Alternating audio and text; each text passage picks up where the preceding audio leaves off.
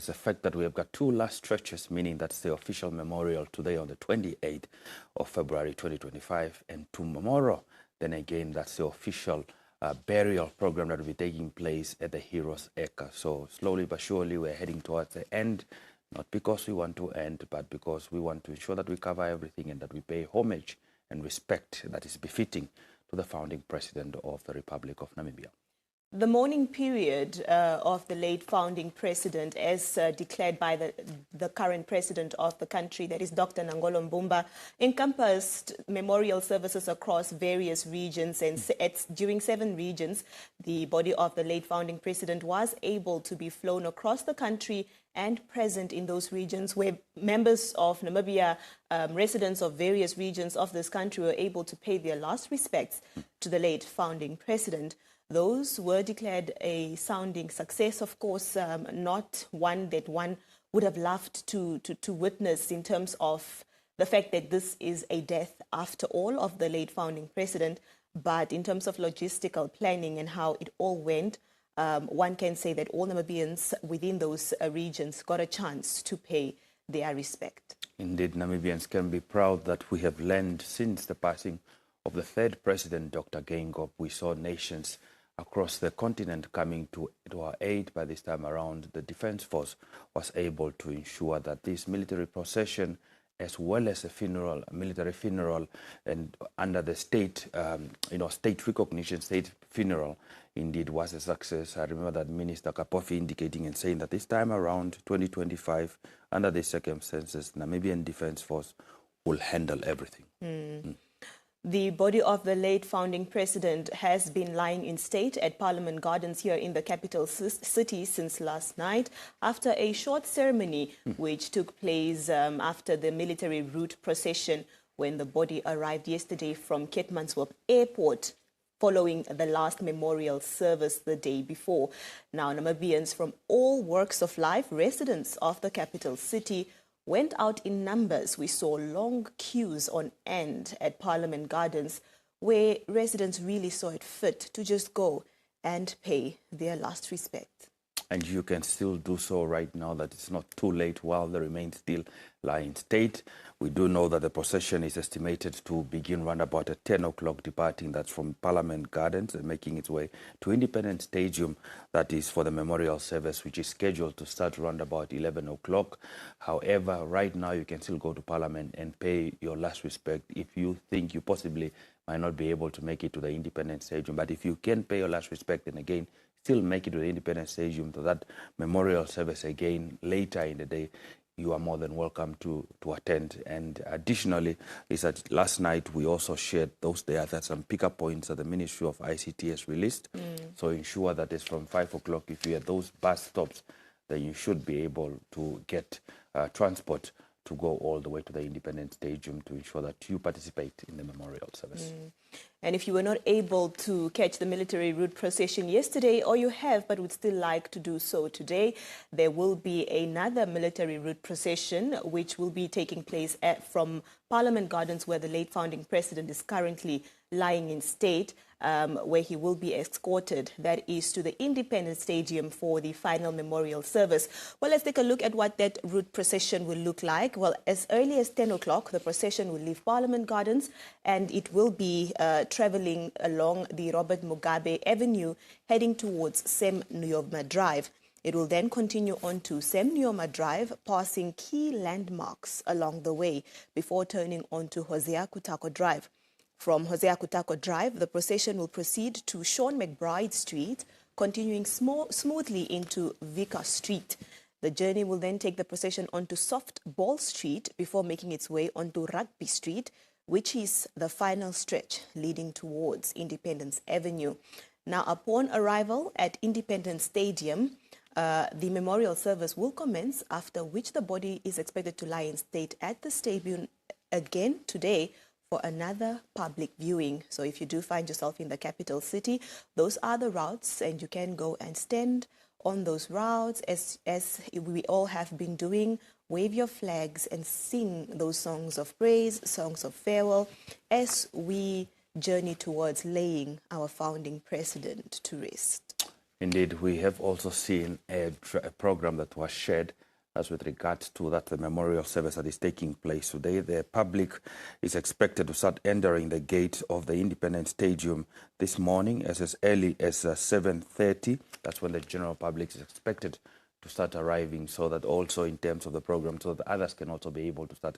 So right now, if majority, especially if you are in the public service, please do ensure that you make your way to the Independence Stadium, as those have been given an opportunity to not work today. So ensure that you honor that directive that was shared by ensuring that you go to the Independence Stadium and attend the memorial service, and also find some time to simply say goodbye to the men that made this all possible that we continue to enjoy today. Very well. Now, we do have a program lined up for you, as always, with various discussions and crossovers. Today, we will be engaging Commerce Regional Governor, that is Laura McLeod Kashira. Now, she will really just be talking to us about preparations for the memorial service that is expected to take place, as we've indicated, at the Independence Stadium later today. And then later on, traditional leader Chief Manasseh, who was also a plane fighter, during the liberation struggle, will join us to reflect on Dr. Nujoma's influence on traditional leadership and unity in Namibia. We also do have our colleague Denver Kisting stationed at Parliament Gardens, where the body of the late founding president has been lying in state and continues to lie in state. Now, Denver will be having various engagements from that side, and also just to give us an update on what it looks like that side, and how members of the public are coming out to view the body for the last time of the late founding president. But before that, news headlines and weather updates. Stay tuned.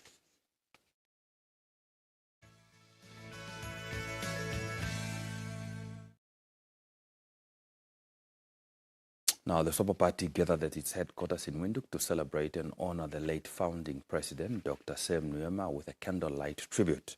Now, the party bid farewell to their departed leader, celebrating his life and unwavering commitment to the country. Reflecting on Dr. Nujoma's legacy, Swapo Party Secretary General Sophia Shaningwa emphasized that not even the rainy weather could stop them from honoring a leader who secured peace for future generations. She highlighted that he was a source of inspiration for both the party and the nation. In more local news, the Namibia Civil Aviation Authority has announced restricted airspace within Windhoek Flight Information Region as part of enhanced safety and security measures during the mourning and funeral proceedings of the late founding president, Dr. Sam Nujoma. The restrictions will be in effect from the 27th of February to the 2nd of March 2025, impacting general aviation operations at Hosea Kutako International Airport and prohibiting unauthorized drone activities within the flight information region. Only media drone operations approved by relevant authorities will be permitted. The airspace restrictions coincided with a series of national events honoring Dr. Nujoma's life and legacy, including a formal state procession memorial service and his final burial.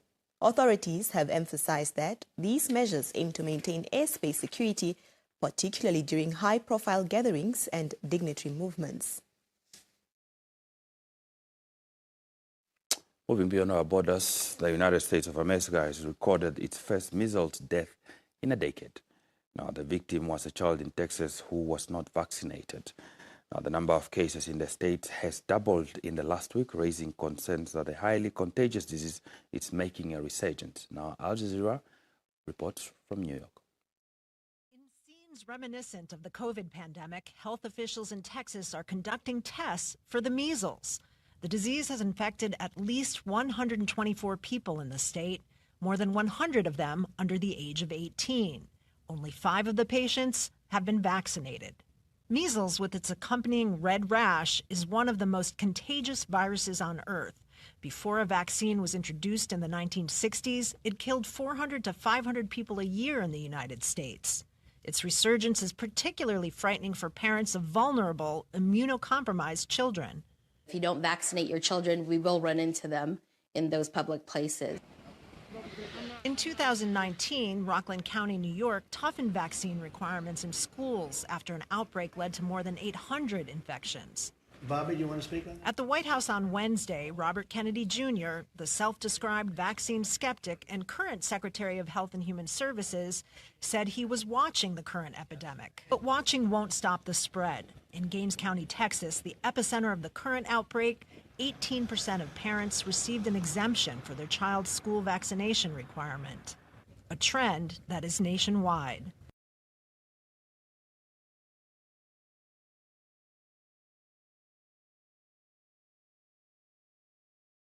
And in sport matters, as the nation witnessed the final regional memorial service for the founding president in the Karas region, athletes continue to add their voices. Joining the world in mourning, the leader many referred to as larger than life. Namibian athletics legend Agnes Samaria has expressed deep sorrow over the passing of the late founding president, sharing fond memories of her interactions with the father of the Namibian nation. Samaria, a Commonwealth Games bronze medalist, recalled moments filled with warmth, encouragement and humor. Now, in her tribute, Samaria recounted her first meeting with Dr. Nujoma after winning medals at the Commonwealth Games and the All-Africa Games. Invited to the State House for the first time, she described feeling nervous, but was instantly put at ease by the president's welcoming demeanor.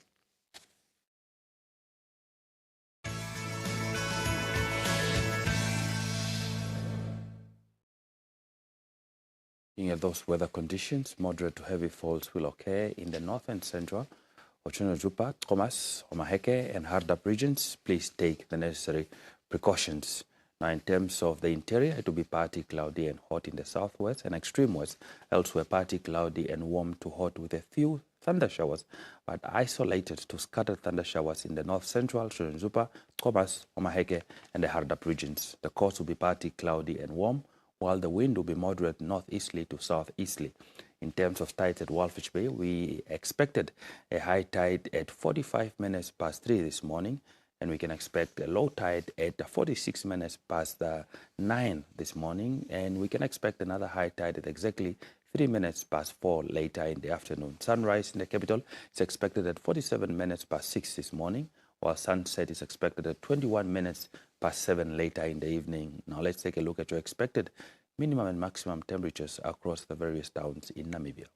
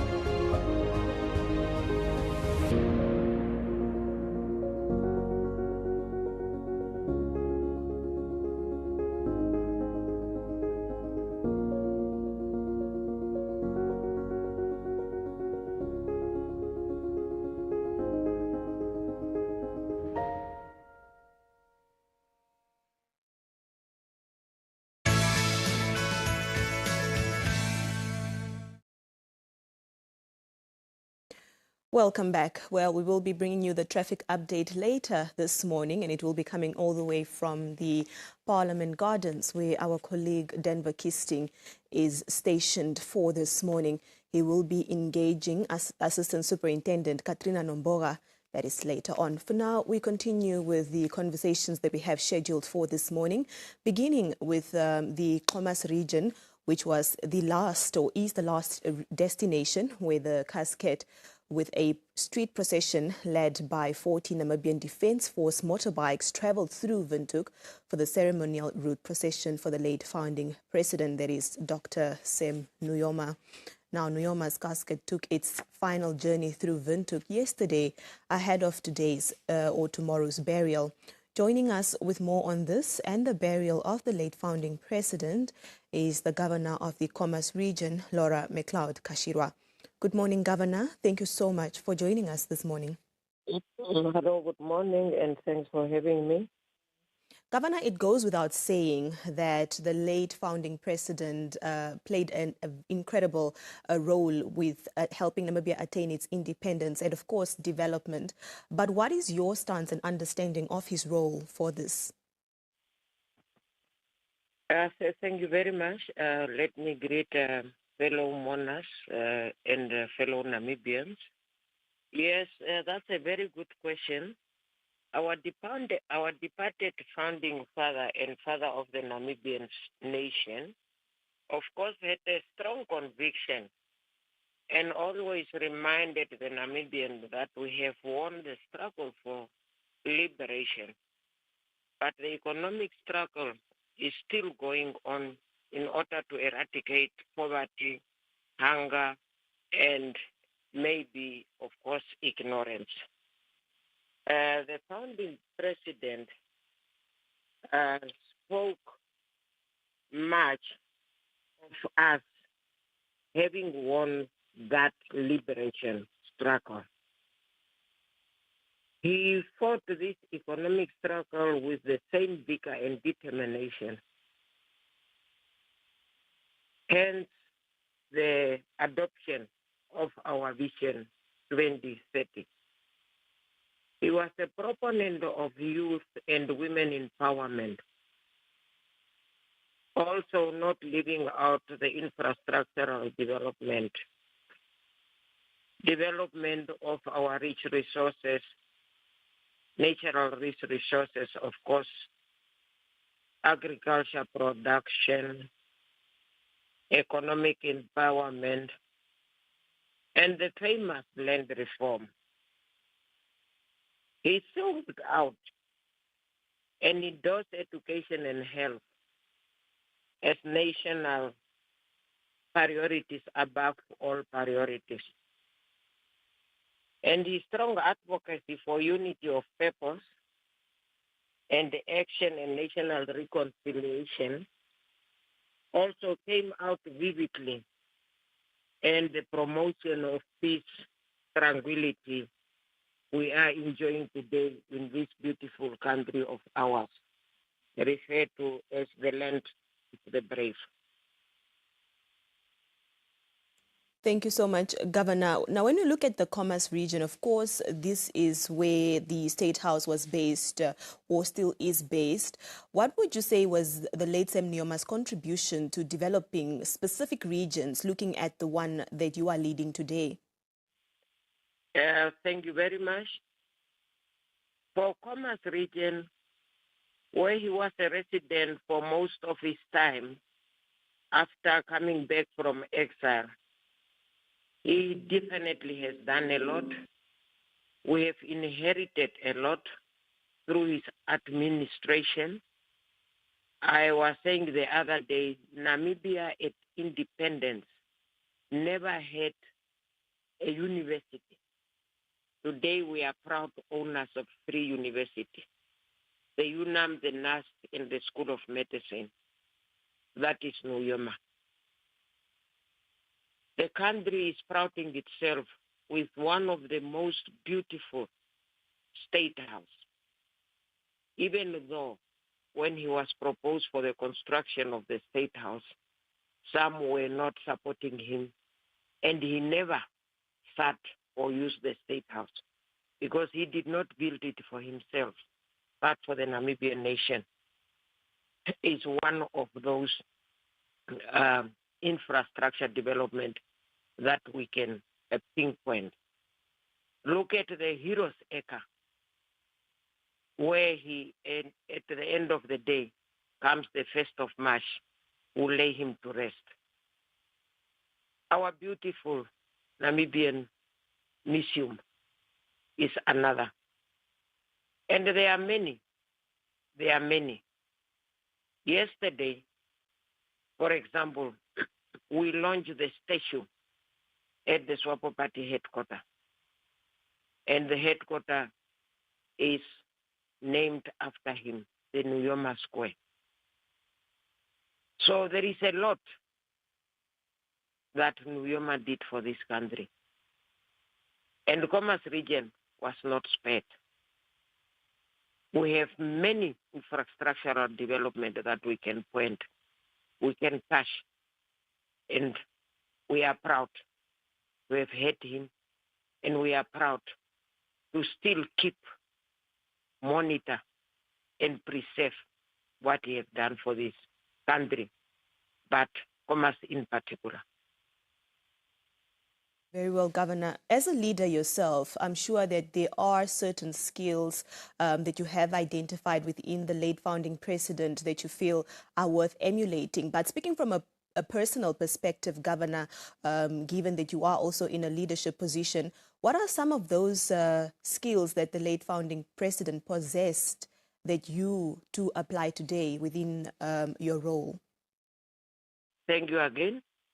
Yes, my late father of the Namibian nation would always speak of the unity, the love for one another, the care, the love for culture, tradition, and the norms of this country, where he says a country without culture is like a tree without roots.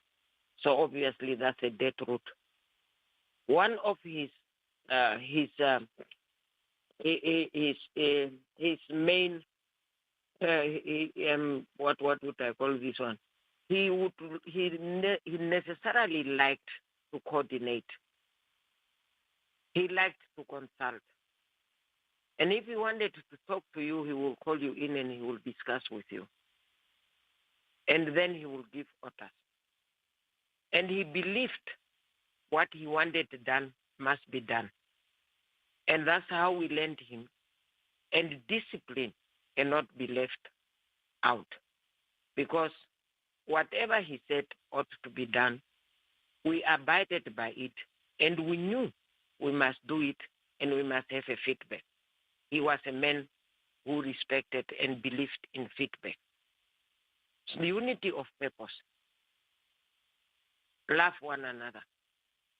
And when you look at what is happening now that he left us, what you smell and what you see around is unity among the Namibian people. And we just want to believe and hope we are going to keep that unity. And every time and every way where we think we are going out of the way, if we remember Sam Nujoma, we will come back and do the right thing. Thank you, Governor. Now, last week, Thursday, President Nangolo Mbumba and various dignitaries sent off the remains of the late founding president on a country tour for the regional memorial services, which began in the Umsati region and concluded yesterday in the Karas region, to which the remains arrived yesterday in the Thomas region. Please talk to us about how it was received and how the process went. Thank you very much again. And I must tell you that the regions where the remains were sent are so thankful, and we have recognized that it was the best decision that was taken for the remains to be sent to the region. Now, eventually, because the burial will take place in Windhoek, the remain had to come back to Windhoek. Yesterday, the remain arrived back at the Jose Akutako International Airport. There was a pouring of attendants at the airport of leaders of this country, including myself. The remain were received with respect, and we saluted him coming back to the region for his final resting place. The residents, the students, the workers, the business people, and everybody who found himself yesterday in Windhoek came out in numbers to the designated road to pay their respect and observe the procession that went through the streets. Of course, among them you may have some people who believed that yes, he has left, and you would find some that were still asking to say, is it true? Has he gone forever? And of course, the remain ended at Parliament Garden with a small ceremony in order for him to lay in state. And until evening, the crowd, the mourners that attended that memorial service was overwhelmingly big crowd. We were there until very late.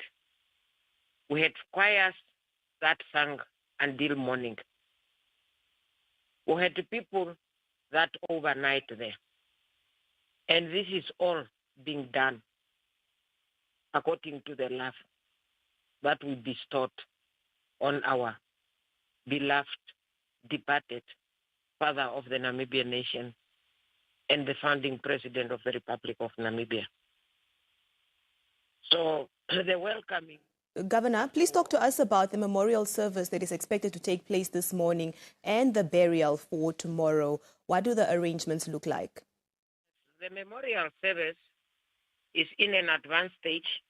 We'll have our memorial service. Excuse me. I have a bit of cold. We are going to have our memorial service at Independence Stadium today, this morning. The public will be arriving, coming from 7:30 in the morning. We have also received our visitors, equally our dignitaries, who have, in most cases, started arriving already yesterday. There are buses provided for the public to be picked up at our normal cultural or traditional pickup points within our 10 constituencies, including the Windhoek Rural Constituency. And we have, the program is out for the day. So obviously, the body will be moved from Parliament Garden to the Independence Stadium, where it will again lay in state, and then it will move from there tomorrow to the Heroes Acre. Buses equally, most importantly for the public, will be provided to ferry them to Heroes Acre. And that one is deliberately done because most of our public are coming from the informal settlements. And therefore, I must say the preparation and the arrangement is in place. Well, Governor, thank you so much for that update, and we wish you and the team all the best with the preparations for today and tomorrow. Thank you, and thank you so much. Right. Well, that was the governor of the Khomas region, that is Laura McLeod Kashirwa. Now, she was talking to us about the arrangements for the memorial service and burial service that are scheduled for today and tomorrow, respectively, for the late founding president, Dr. Sam Nujoma. Now, she has indicated that preparations are well underway and they are set to happen as scheduled. We have our colleague Denver Kisting at Parliament Gardens on standby with Superintendent Katrina Nomboga to bring us the traffic update. Good morning, colleague. It's over to you.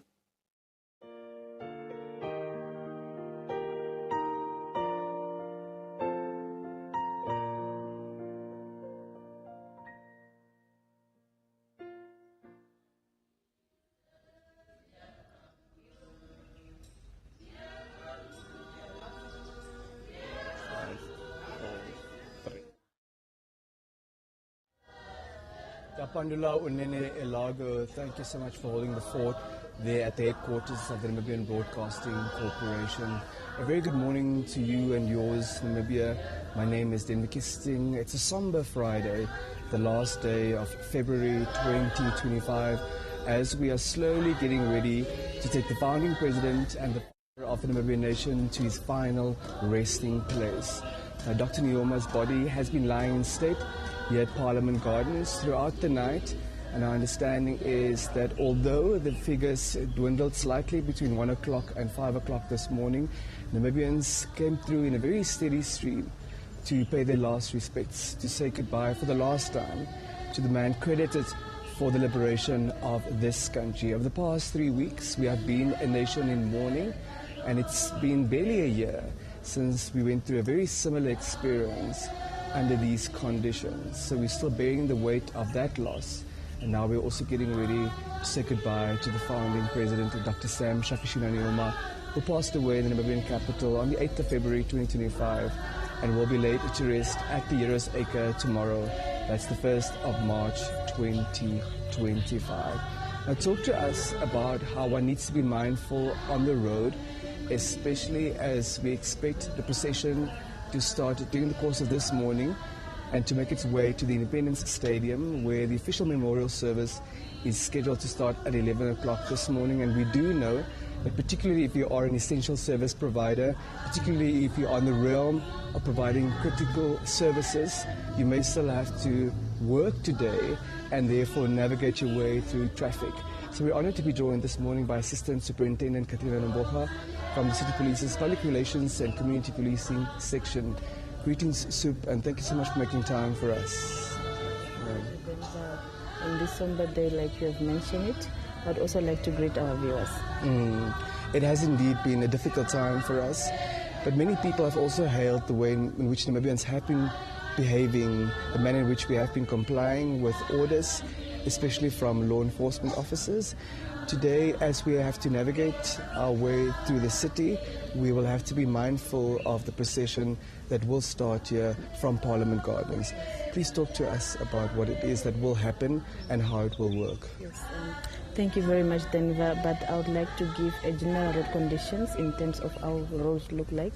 At this hour, we have two traffic lights that are actually out of order in the CBD area, and that is Nelson Mandela Drive and Sam Nujoma Drive in the area of Windhoek. These traffic lights are currently flashing on red. And then, of course, we have Independence Avenue and Fidel Castro is in the city center, equally flashing on red. And as we shift over to the western suburbs, there is Winnie Mandela Mandela Street and Beijing Street. also out of order this morning. But in terms of our standing road closures, they continue, of course, on the western suburbs due to the Ineas Peter and Nyemba road that is still under construction. But as we speak, everything looks good because we do not have any crashes, and we really just wish to maintain the status quo going forward. But as you have rightfully put it, very soon the procession will be kicking off from Parliament Gardens to the Independence Stadium, and therefore we expect roads such as Robert Mugabe Drive, Sam Nujoma, and then of course we have Mandumende Mofayo Avenue Street, and also David Hosea Meroro, and then they will then move into a slipway of David Hosea Meroro into Hosea Kutako Drive. Past the Gabam Cemetery. Yes, passing the Panis Park Cemetery, of course, into Awas Road, and then they turn left into Sean McBride to the Independence Stadium. So we expect those roads to be congested, of course, and we are just calling on to motorists to continue complying with the instructions given by officers that are deployed at those intersections so that we do not have any disruption whatsoever. And at the same time, we also, since we expect dignitaries to be attending the ceremony as well, we expect State Motorcade to be all around some of these aforementioned streets, and we also equally just caution drivers and the public at large to comply and also to give right of way, very important, so that we avoid any crashes, any unnecessary eventualities that may arise. Can we take a closer look at that, please, Sue? Is it your recommendation that one must try your best to rather avoid those roads along which the procession will unfold, or if one has to make use of a road on the route, that you make sure that you do so as early as possible this morning, or rather deferred until later during the day if possible? It is advisable that you totally avoid such routes so that we do not have, a situation whereby you are probably not able to pull off because it's on high pavement and things like that. So it's really advisable you avoid them forthwith, but if you are only able to make use of those routes, then at least do it earlier, not during the time that the procession will kick off from here. And Denver, I would also like to indicate that seeing that we of course expect a high number of attendees at the stadium, we want to advise families to at least make use of one car. If you are 3 in the house, for instance, as opposed to everybody taking their own, make use of one particular car. And equally, we advise them to make use of public transport. There are buses that are provided for that purpose, and therefore it will really help, because at the end of the day we might not have sufficient parking at the stadium. So let us avoid taking individual vehicles. And also, while I'm there, I would like to caution parents and guardians that will be attending the ceremony as well to not allow children to go by themselves without supervision of a responsible adult. If at all a child has to be taken with, there must be somebody really to make sure that they are taken care of and they are under their eyes so that they do not get lost, because we have situations whereby at the end of the day the children cannot be found. So let us avoid that situation and make sure that the kids are put under supervision. And for those that I mentioned that will be taking their vehicles, please just make sure that you do not leave your valuable items in the vehicles. Yes, we know the stadium itself and the surrounding will be under surveillance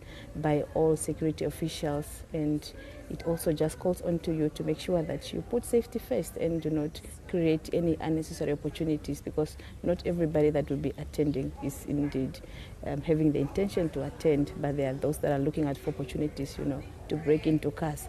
Well, Denver, that will then conclude my message for this morning.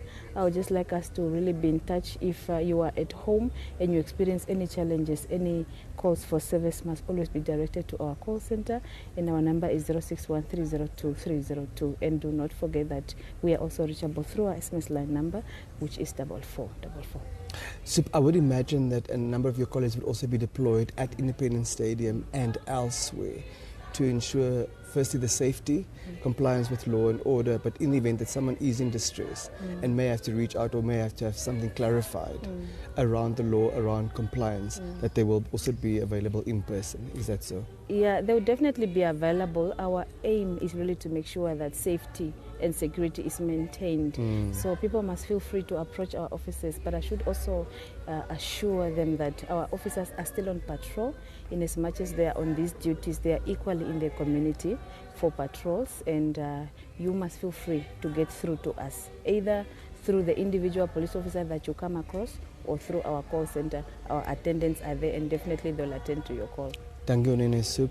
Thank you for your time. Thank you for the comprehensive update. Thank you for the great work that you and the team continue to do. We appreciate you. Definitely a pleasure. Ewa. Superintendent Katrina Nomboha from the City Police's Public Relations and Community Policing section, talking to us about how mindful we need to be as motorists, as other road users, particularly along the route that the procession will follow here from Parliament Gardens to the Independence Stadium this morning. If you are able to avoid those roads, please do so.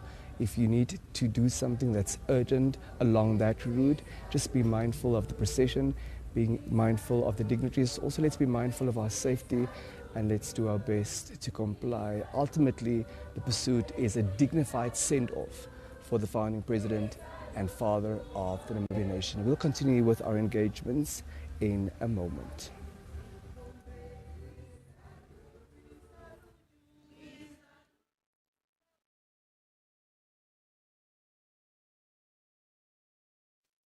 Welcome back now. As Namibians mourn the passing of its founding president, Dr. Sam Nujoma, we continue to honor his legacy by speaking with those who knew him, worked alongside him, and played a role in shaping the nation's history.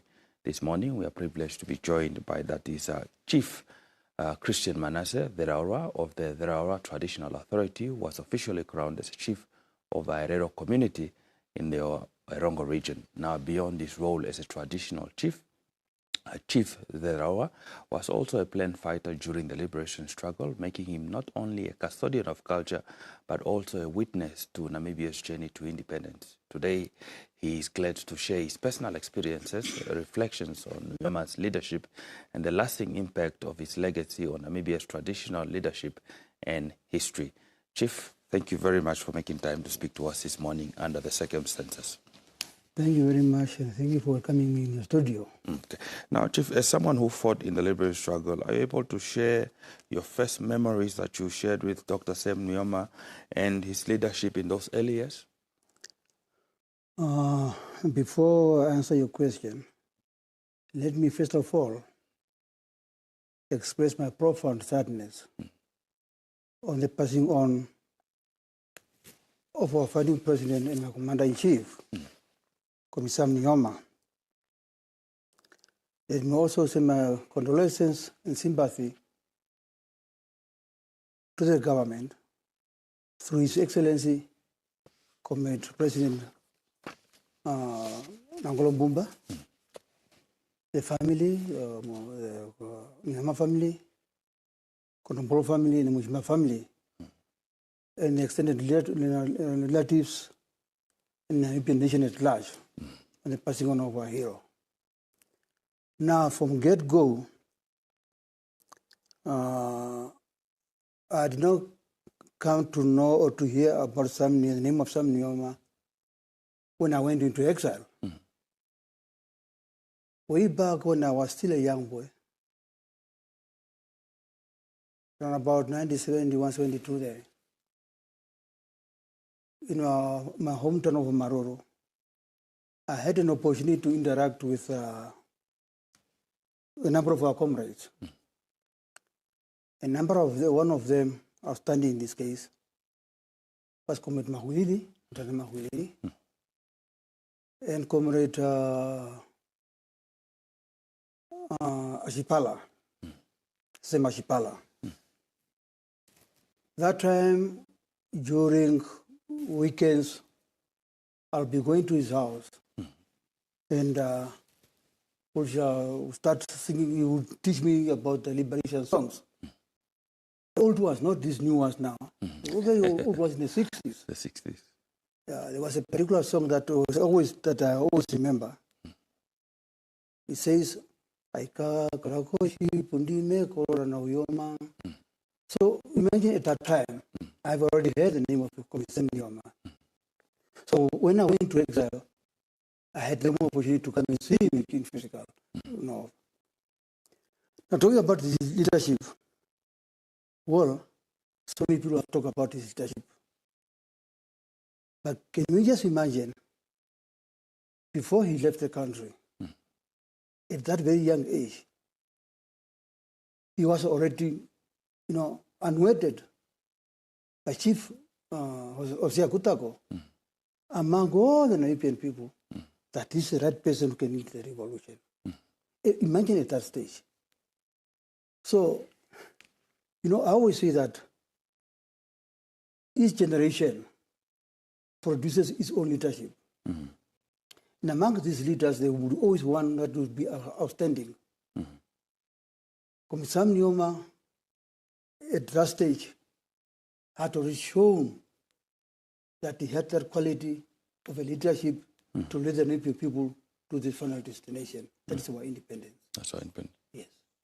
So when I got into exile, now with him, with more interaction with him, particularly when I was a member of the plan, the People's Liberation of Namibia, him, in capacity as our commander-in-chief, would often visit our camps, our fronts, the military funds, to give us moral boosting, talk to his people, to soldiers, to end on the struggle, not to get demoralized, but to instill vigilance and boosting our morale to fight on. Now, it was not an easy thing. It needed somebody to have got that capacity and the charisma and tenacity to unite people that came from different corners of the country with different traditions, culture, beliefs, and so on, to mold them into a united, competent fighting force for all those years that we're fighting, that we can always focus in a united form to focus on the liberation of the country. Mind you, war is not a dinner party. Yes. In war, people lose their lives. And it was not easy to deal with a person who's carrying a gun.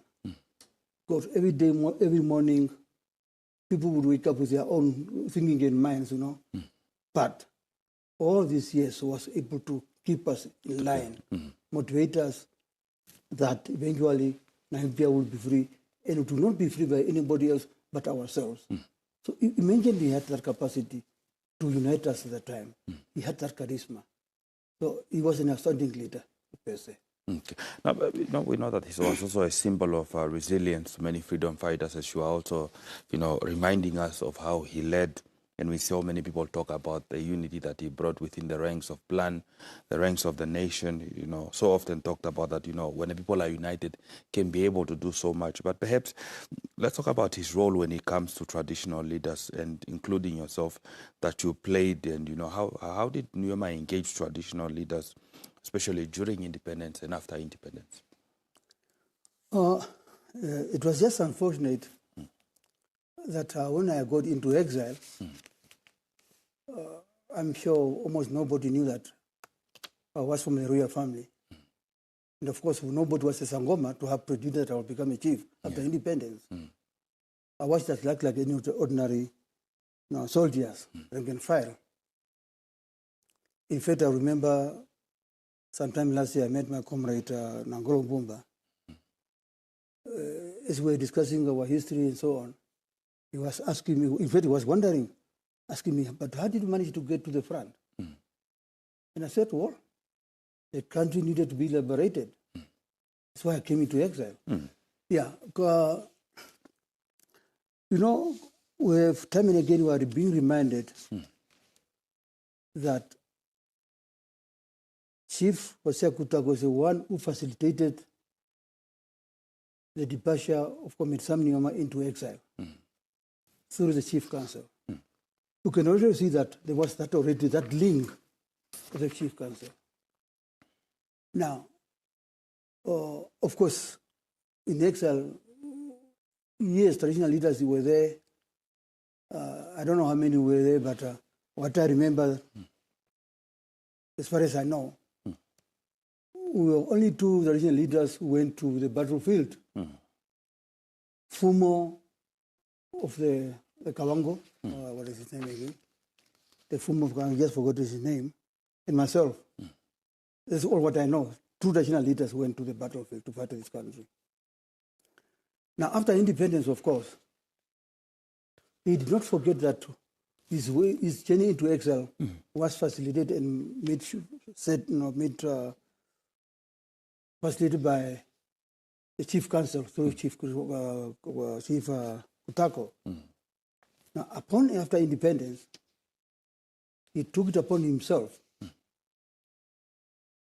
he said that no, traditional leaders should not just be put on the wayside, must be also recognized so that they can play an active role in the development of the country. To that extent, he put up two commissions. The first one by, I think, 1991 by the late advocate Kolongwidi, and the second by advocate, all both are late, Rukoro. The purpose was to resurrect and to breathe new life in traditional authorities. That's how they came about. So he did not forget the important role of traditional leaders in any society. So that connection did not die. Would remember as well, he was a very strong advocate of what? Of tradition and culture. We often hear him talking about a country that has no culture is like a tree that has no roots. Indeed. And I would also want to add that culture is a glue. Culture is the umbilical cord that binds us together. It's a community, it's a society. And I probably would have suggested that, it is really high time now that Namibia as a country has to start developing a unique culture of Namibia, probably getting from other traditional other communities to form a united culture of Namibia. And on a number of occasions, I've suggested that, for example, we have got this Nima dance, what is called Nama dance, a very unique dance in so far that I have traveled around the world. It's quite a unique one. And when it is being played, everybody in Namibian, even young and old, they are all on their toes dancing on that one. Perhaps we can start that one, make it a national dance. Like, you go to Angola, they have got their own specific dance. You go to America, they have got their the cowboy dance or whatever they call it. Each country has got their particular dance. So what can we have this one as a united, to start with, forming a united, Namibia common culture. Okay, indeed. Unfortunately, Chief, we are running out of time. But however, before we let you go, I wanted to find out, especially from how to describe Nujoma, especially when it comes to the issue of unity of Namibians, regardless of the background. I know you did try and touch a little bit when we started. His vision for unity for all Namibians, regardless of the background where they come from. He talked a lot about self-reliance and the issue of national building. And also perhaps maybe as Namibia mounts its founding president, what would be your message to the nation and particularly to the younger generation and the importance of, of remembering and preserving the history that he so much helped shape and the sacrifice that he made, that he sacrificed his youth just the same way that you did, and eventually we are enjoying those benefits that we are enjoying today. Our departed comrade, founding president, had his mantra, calling for one Namibia, one nation. And that basically presupposes unity.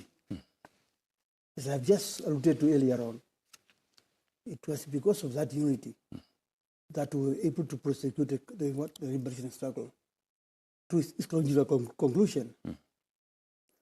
So on all his talks and deeds, he would preach for unity. Because if we are not united, a country united that is divided against itself will never achieve its objective. That is given. So he would always preach these evils of corruption, nepotism, all those our social evils that bedevil our society. He was against that. So, you know, he was a committed, charismatic, a torchbearer who dedicated his own life, quite from a younger age, to fight for the independence of his country. Yeah. And I think the younger generation should take a lead from that. Sacrifice, dedication for the cause of this country. They have the opportunity. From Sam Nujoma and his generation, they did their part. They went through trials and tribulation, and they thrived the 21st of March 1990. The younger generation should take clue of that. That now is that their time to lead this country through another struggle, economic struggle, independence of this country. We only go to political independence, not to economic independence. It's your time now. It's not an easy one. It calls for sacrifice, unity of purpose, so that eventually Namibia and all the citizens will enjoy the fruits of independence. That's my call to the youth. Well, Chief Christian Mana. Nujoma was a torchbearer. Yeah. The history of this country cannot be written without mentioning the name of what? Sam Nujoma. Of Sam Nujoma. Just as the history of Maru cannot be written without the name of Chief Zerayawa. Not me, of course, my grandfather. Yeah. Likewise in Zimbabwe, Mugabe, and Joshua Nkomo. So let's, as a united country, take solemn in this occasion so that we go and put our founding president, my commander-in-chief, to rest him in eternal peace. But we shall never forget what he has left for us. His legacy, we are going to bury him, but we shall never bury his legacy. History and legacy will continue to live in us as long as we are alive. And the future generations will take it up from there. Indeed. Thank you. Chief, thank you so much for making time to speak to us this morning. You're most welcome.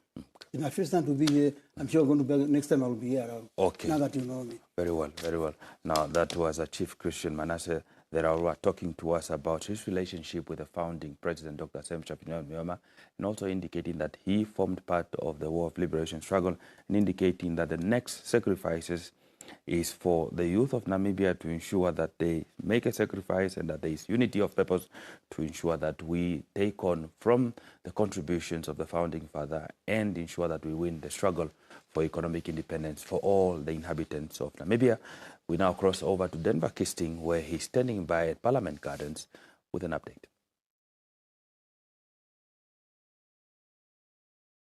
Thank you so much, Lot. Now the day is starting to break. On this last day of February, we're coming to you live from Parliament Gardens, where the body of our founding president continues to lie in state until later this morning, before it will be moved to Independence Stadium for the official memorial service. We are getting ready to say our final goodbyes. We continue with our engagements here at Parliament Gardens, speaking to present and former MPs about their take on the life and legacy of Dr. Sam Shafishuna Nujoma. In that regard, we now speak to the Windhoek West Constituency Councillor and MP, Madam Emma Muteka. Greetings, Madam, and thank you so much for making time for us. Good morning, Denver. Thank you very much for having me. It's a difficult time for the Namibian nation. It's been a really challenging 3 weeks, and here we are getting ready to say goodbye for the last time. Talk to us about what you believe this loss means for us as a country and as a people. Thank you very much for the question, Denver. And as you've said, it is a difficult period for the Namibian nation. But at the same time, I'd want to just sneak in to say, what a time to be a Namibian. I've witnessed how we have really held hands. I've witnessed how we've honored this man that is laying here in state. I've witnessed how we've also gotten to an opportunity of finding it very difficult to describe the person that he was. But I've also realized that a lot of Namibians are taking the opportunity to pause and reflect on everything that he has done for this country, be it directly and indirectly. I say indirectly because some claim to say because they haven't, physically seen, his time. especially the younger generation, the millennials and the Gen Zs. They get to say, you know, we hear of him, we've learned about him in our history books, but now we're starting to understand, because now we get to hear more about his life, you know, from his peers, also watch old videos. So yes, I like you said, it's a very difficult time, but also a celebratory time for us as a country, and we can only thank God for the borrowed time that He has given us. 95 years is a year, or rather is a time for us to really celebrate and thank God and His family, because you know, Denver, the other day I was just thinking, the moment Dr. Sam Nujoma came out and decided to do what he did, to, you know, be selfless, he stopped being a, you know, that of only his family. He then officially became ours. And so one would really want to say thank you to the family for sharing him with us for this whole time. Absolutely. Thank you for that perspective. Indeed, a life of dedication and of sacrifice. You're speaking to the heart of the matter, that the younger generations, both millennials and Gen Zs, may not have grown up during a time when this country was battling to be liberated, yet we do reap the rewards of the sacrifice. What is your take on the immense contribution that he did make, the price that he did pay, that his family paid, in order to enable you and I to find ourselves in this part of the capital city at this moment, and for us to have this conversation as we mourn his death but celebrate his life? Denver, that's a very, I'd want to term it as a very heavy question. Heavy because I think I would fail at words to even describe, setting any words to describe what he has contributed to what we're enjoying today.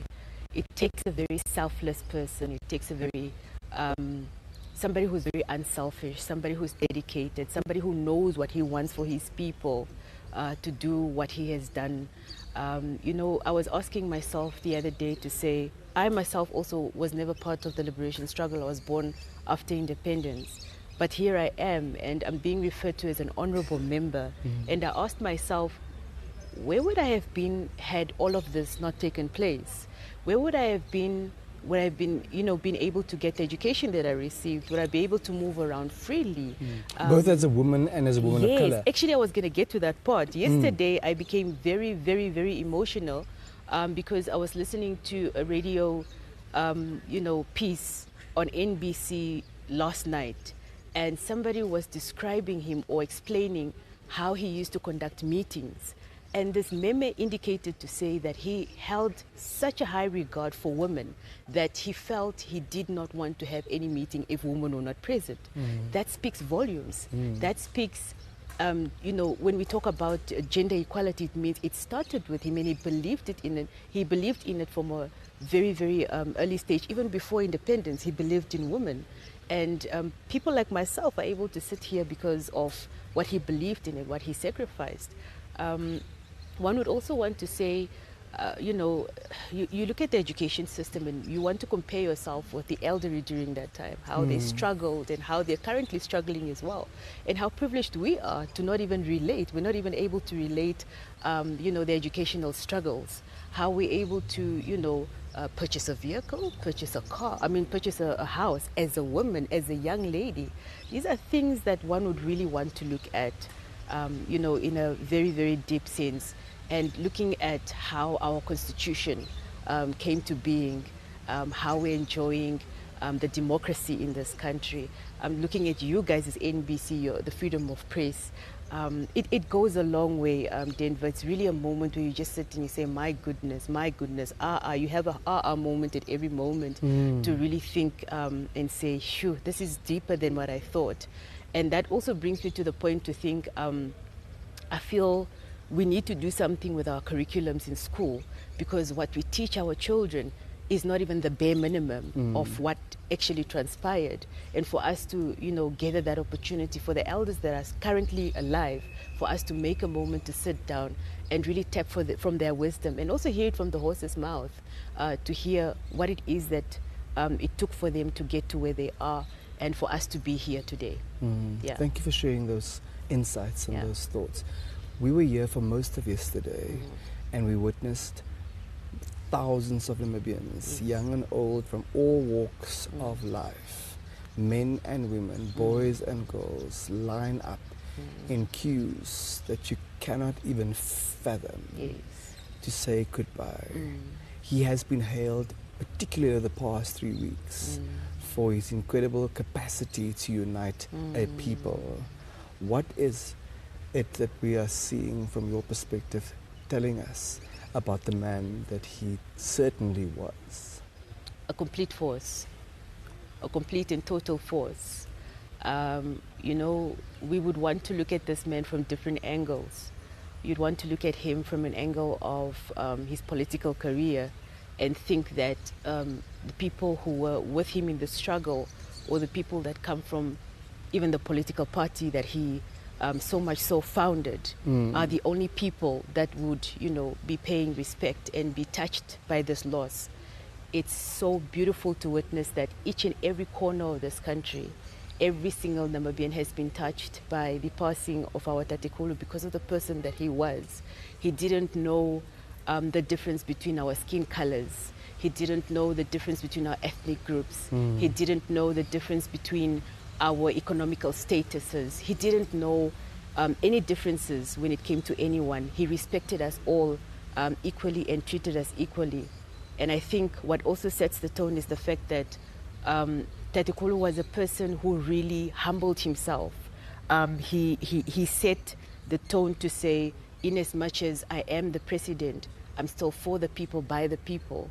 We witnessed how, I saw a video how he was digging, I think they were busy setting up a railway, how he took the shovel and he had a helmet and he was physically digging. That says a lot, Denver. I'm struggling to find the words, but you feel it, even if you were not physically there, the fact that you're able to see that this is the type of leader that he was, it really sets the tone and also gives us an opportunity as the current leaders to introspect and say, okay, one wouldn't want to say, you wouldn't want to compare yourself to the late Dr. Nujoma. But the first question is, if I am to pass today, what will people say at my funeral? How will people feel? What is the impact that I've had on the next Namibian's life? In your capacity as a leader? Yes, in my capacity as a leader. How selfless am I? How dedicated am I to my people? And one just prays that it's also a moment for us to set the tone to say, listen, I think it's time for me to readjust, for me to do you know, proper and hard introspection to say we don't betray our people, that we don't betray our generation and the generation after us, and also that we don't betray his trust because he has laid the foundation for us to carry on. Let us not betray it in any way possible. Yes. We will finally say goodbye to him in less than 48 hours. Yes. And one can feel the heaviness, particularly this morning. Yes. As we're getting ready for that final leg of the journey, do you have a message for your fellow Namibians, please? Yes. My message to the fellow Namibians is let's continue to hold hands. It's a difficult time. Denver, something that came to my mind as well was I always used to have that perspective that the older the person, the easier it is to say goodbye. It's failing me now. It doesn't matter how old the person is. What matters is how impactful this person was. And because of that, there's a heaviness that is, you know, over all of us as Namibians. I'd also just want to say, in as much as we're prioritizing ourselves as Namibians and prioritizing certain citizens to say, you know, let's take care of them, I really, really want to ask that we as young people especially hold our parents very close, especially those who were in combat with him. I've realized that this is deeper for them, 10 times more than it is for us, because they served with him. He was their first commander-in-chief, and they only knew him as a leader. We have an opportunity to say, I've lived through a time of a series of presidents. They have only known him as their commander. So let's hold them close. Let's really be empathetical towards them, both those who were inside and outside the country during the liberation struggle. And let's just hold them close. Let's hold each other close, and let's bid farewell to him, knowing very well that he has laid the foundation, and that we keep our promise to make sure that it doesn't remain a foundation, that it in turn becomes a building, because it can't continue being a foundation. We need to build on and have a standing building for the future generations. Thank you, Nene, Madam Muteka. Thank you for your welcome. time. Thank you for those insights, and thank you for holding space for Thank us. you. Thank you so much for having me. It's an honor. Windhoek West Constituency Councillor and MP Madam Muteka talking to us about the immense contribution that the founding president did make. And during this difficult time, we need to hold each other close as a people. We'll continue with more engagements in a moment.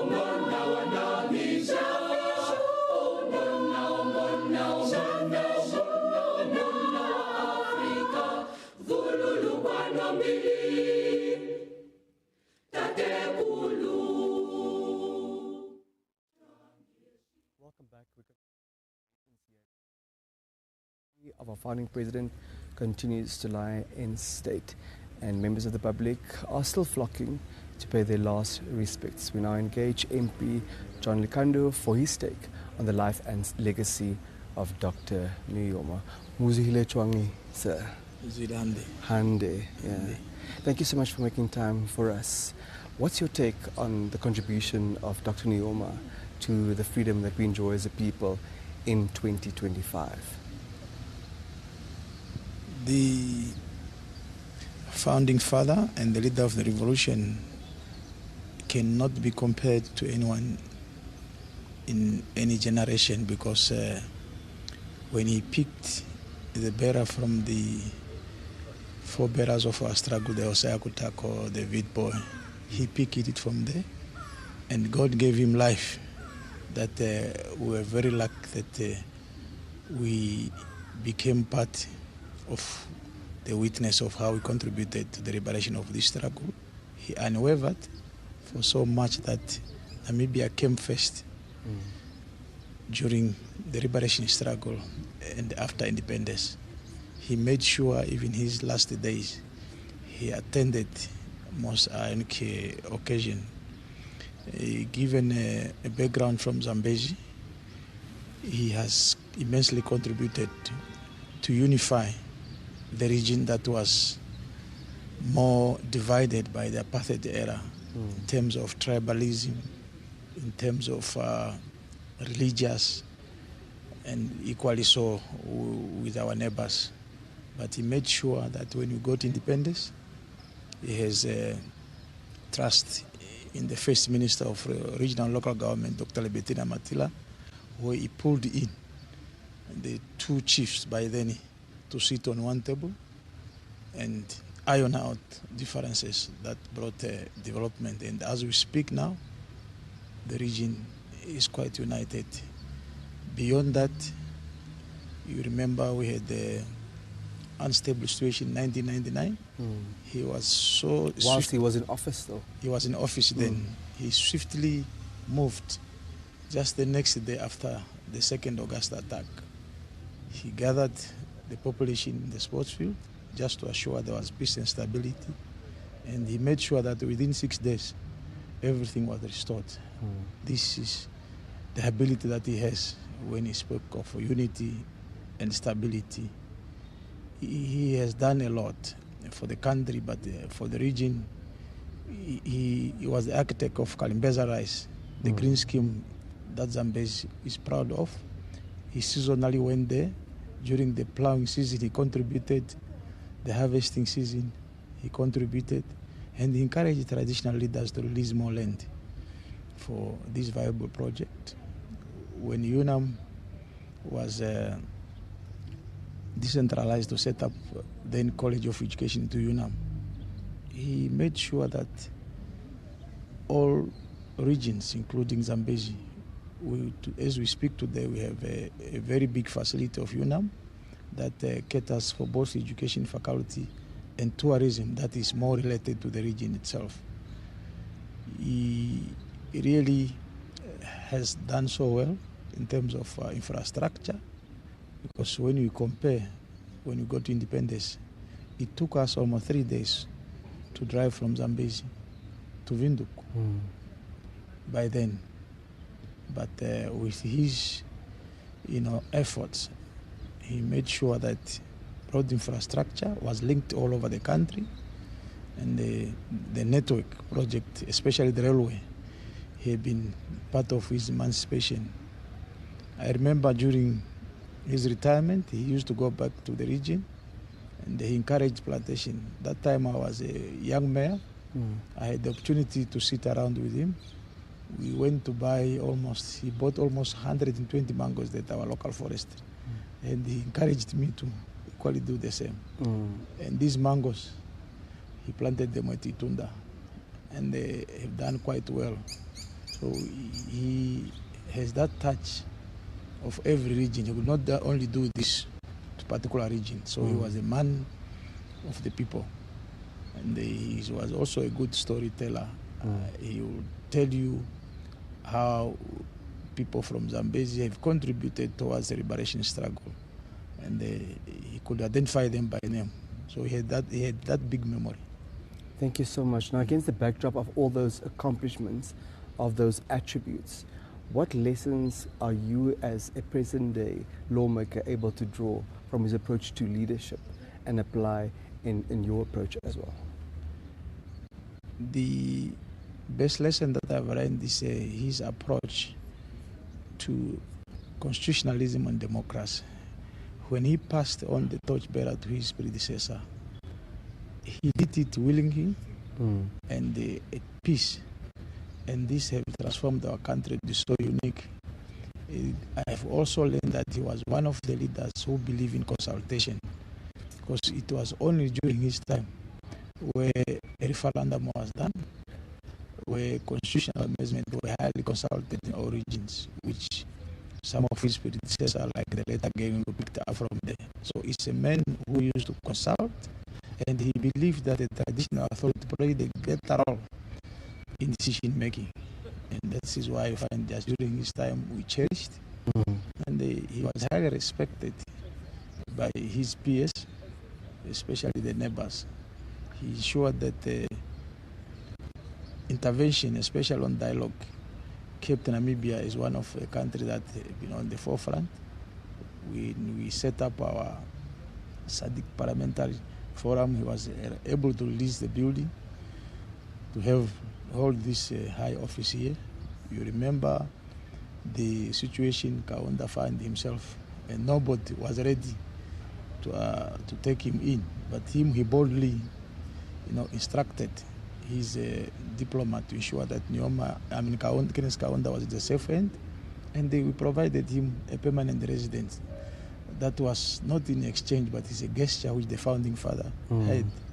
He had assisted a lot, and during and after struggle, he adopted a lot of kids, even made sure that they go to further their studies. And this is was one of his priorities, to ensure that education takes a greater height so that we build a better Namibia.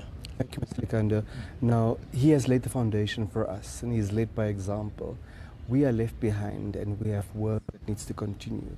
What responsibility vests in all Namibians going forward to honor his legacy and to continue crafting and curating the Namibia that we all yearn for? The legacy that he has left is the unity and diversification that we must be proud of our natural resources and make sure that it benefits all Namibians, regardless of any race or color. And he has been emphasizing this, and he has demonstrated it to ensure that our natural resources are shared for the future prosperity. And he had made sure that education up to date received the highest care to ensure that we are able to add value to our natural resources, and the history should be transformed as part of our curriculum, because the role that he played to ensure that Namibia is free at last and handed over the bearer to the generation to come is very important. John Litumezi. Litumezi. Shangwe, thank you for your time and thank you for those insights. Thank you very much. Yeah. MP John Likanda talking to us about the role that Dr. Nujoma played, not only in uniting Namibia as a people, but specifically the role that he played in the Zambezi region to ensure that there's unity in that region and to pave the way for economic development for the people of Zambezi, who are also the people of Namibia. We'll continue with more engagements in a moment.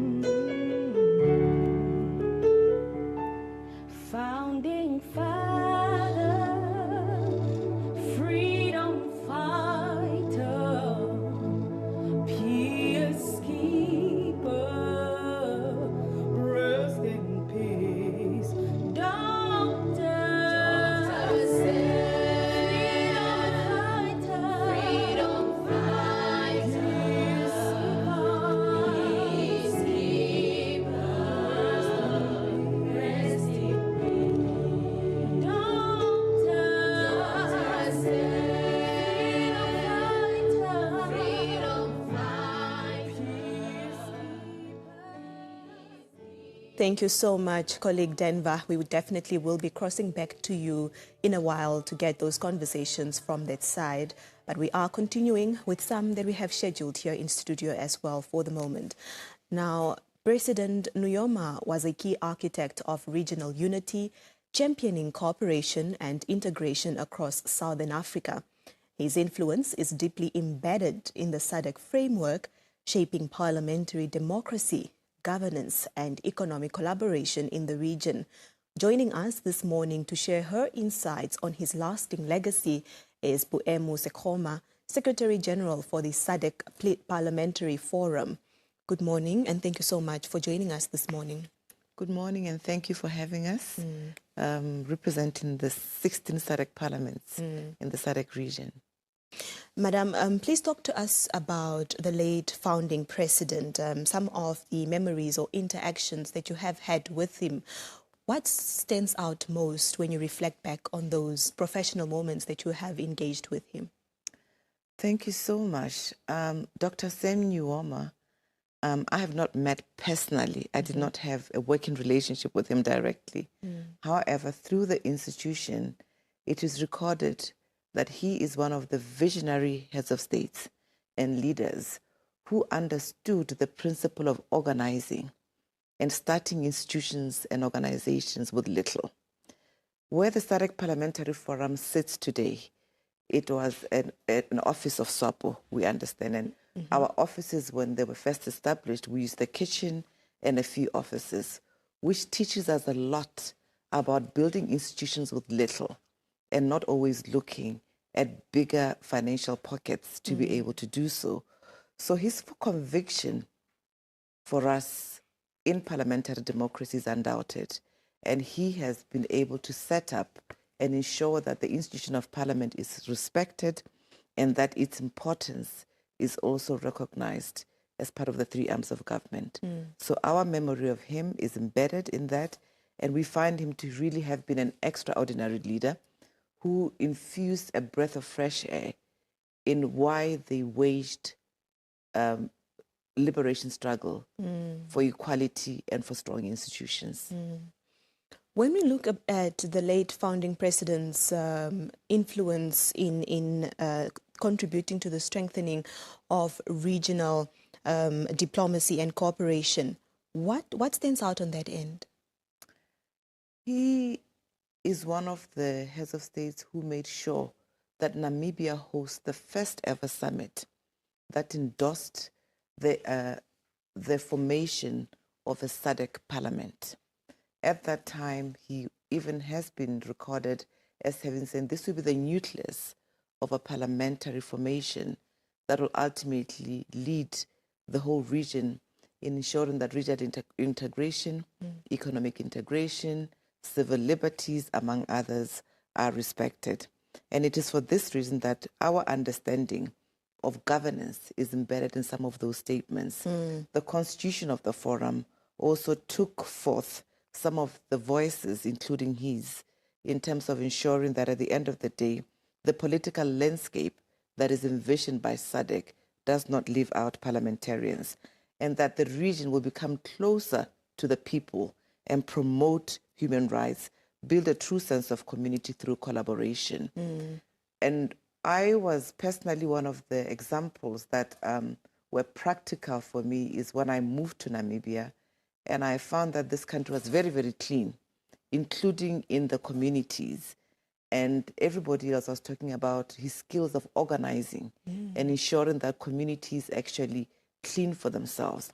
That consciousness of respecting our communities, integrity, is not built in theory or philosophy, but in action.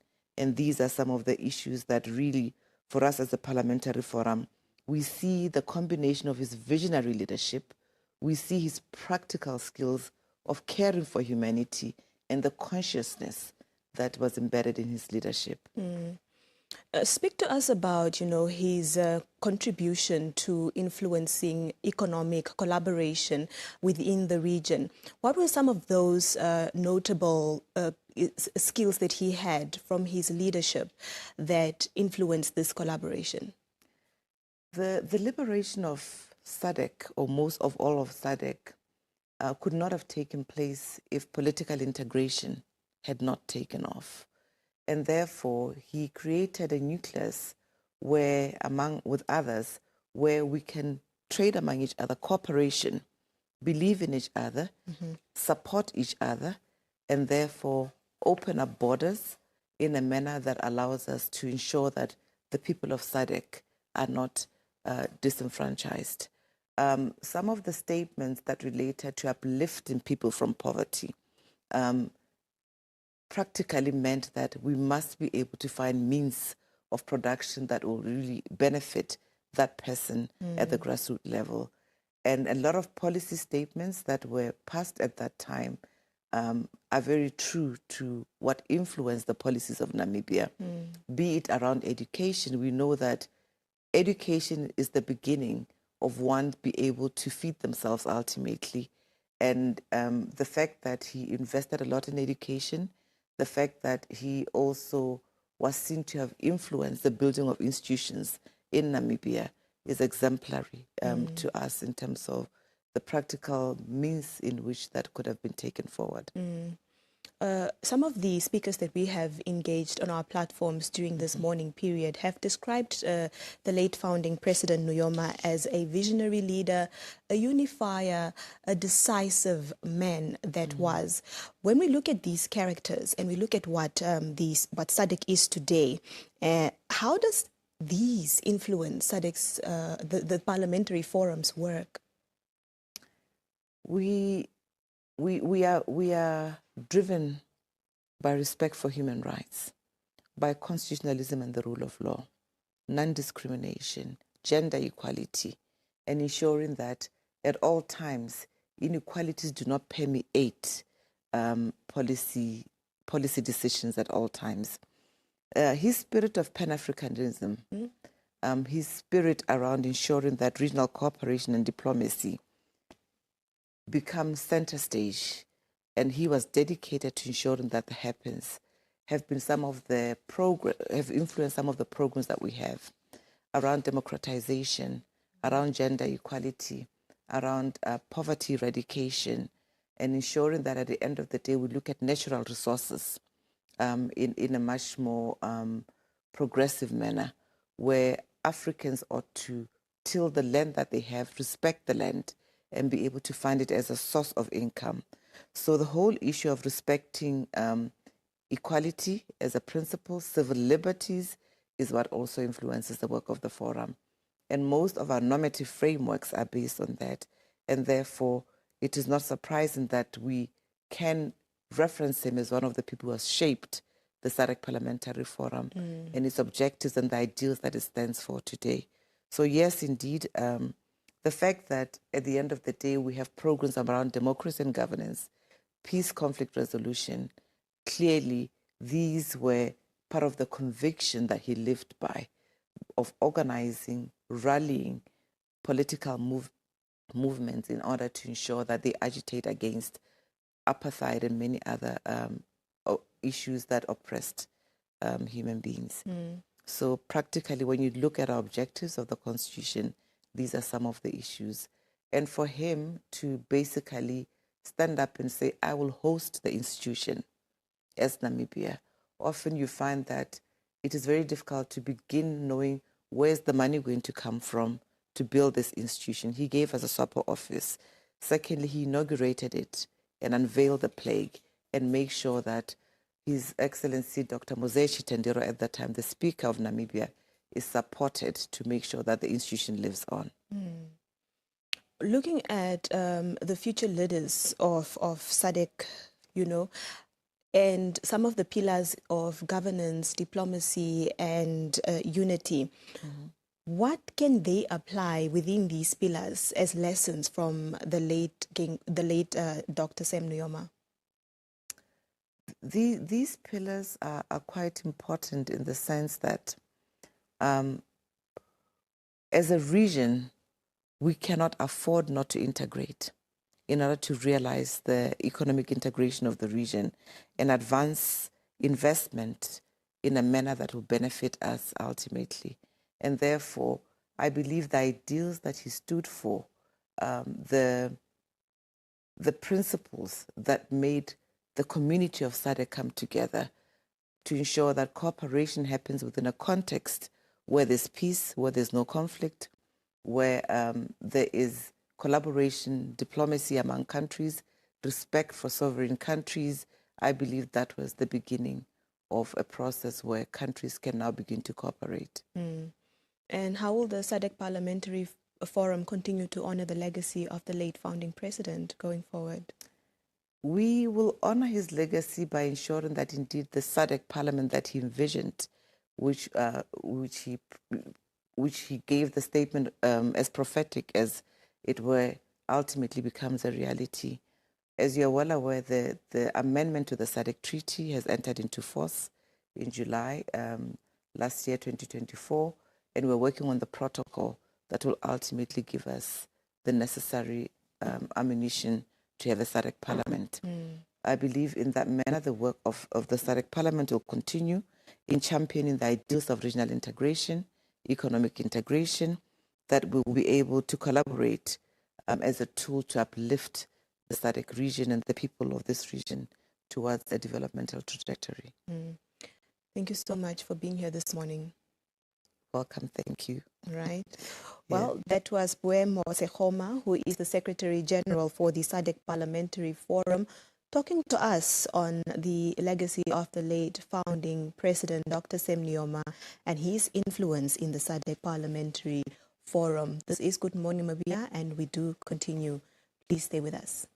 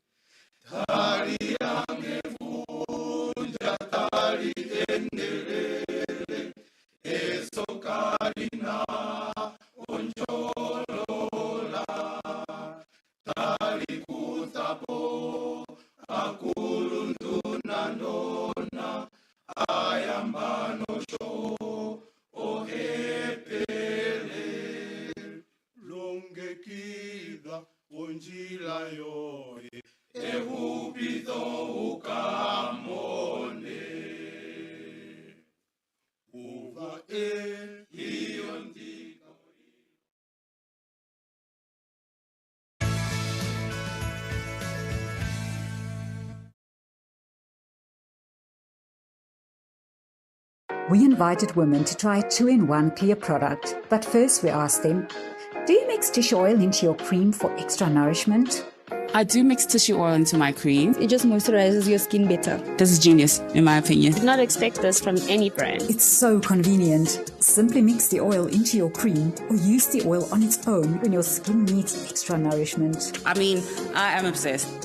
Clear, love your beautiful skin. Ongana ngeshefa, otulire hapa dengwa, odimbo kontima, twakanitha nkokori wetu, go yali etukwata mchitopora chetu shino. Unene na nako binga wakonori ngata chiago kahao. Gewa tarase tuli ana ngeshefa tuli successful twasindana bangeshefa. Omedina nkokori ngwatu lirine nama. Ohene odali ko kuanja hekereko kutia Namibia tushe twakanitha chiri ependa fureri yetu.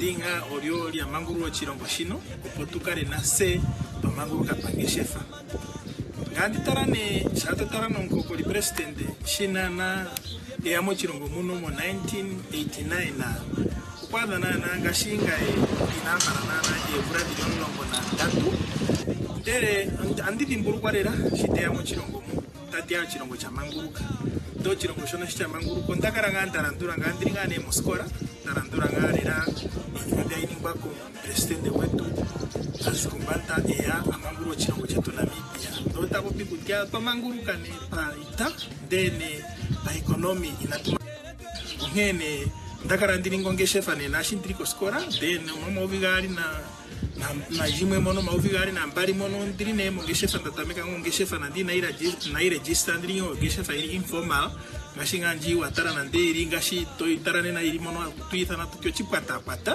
tokana ne torandura nongo kolishita kopinga kutyo para na ngeshefa Namibia kuke apendure po chirongo shino cha Namibia shinenda zimono ponga ndine kuskora pa ungomba ne tapo pinga eskora tati ngashi muno po chirongo chikare cha koka achi komesho ngeti na eskora dia pa ungomba ngashi vocational training center oporera mavuru kuirongera wene Namibia ngana avuru kuliko kit na tuya beskola ungomba amota pangeri pirangi amota niko plumbing amota niko electricoro ngano chirongo chetu achivuruku yako mesho shashi shaturumwa moskora ne tibondi yako ya Namibia uchina kutena tango is a developed country, it's not a developed tunano ko yapo hatushiano chirongo tukare tuli a developed country atu akara tuli a developed country onga Namibia onge tuirongeri ni mambi okuronga kusene nenyara vetwene aturongo kusene bikpatera korero potutare kutia Namibia letu atulitsarape ongena pakara ne papake ni maisha biono etane mo makutsi yetu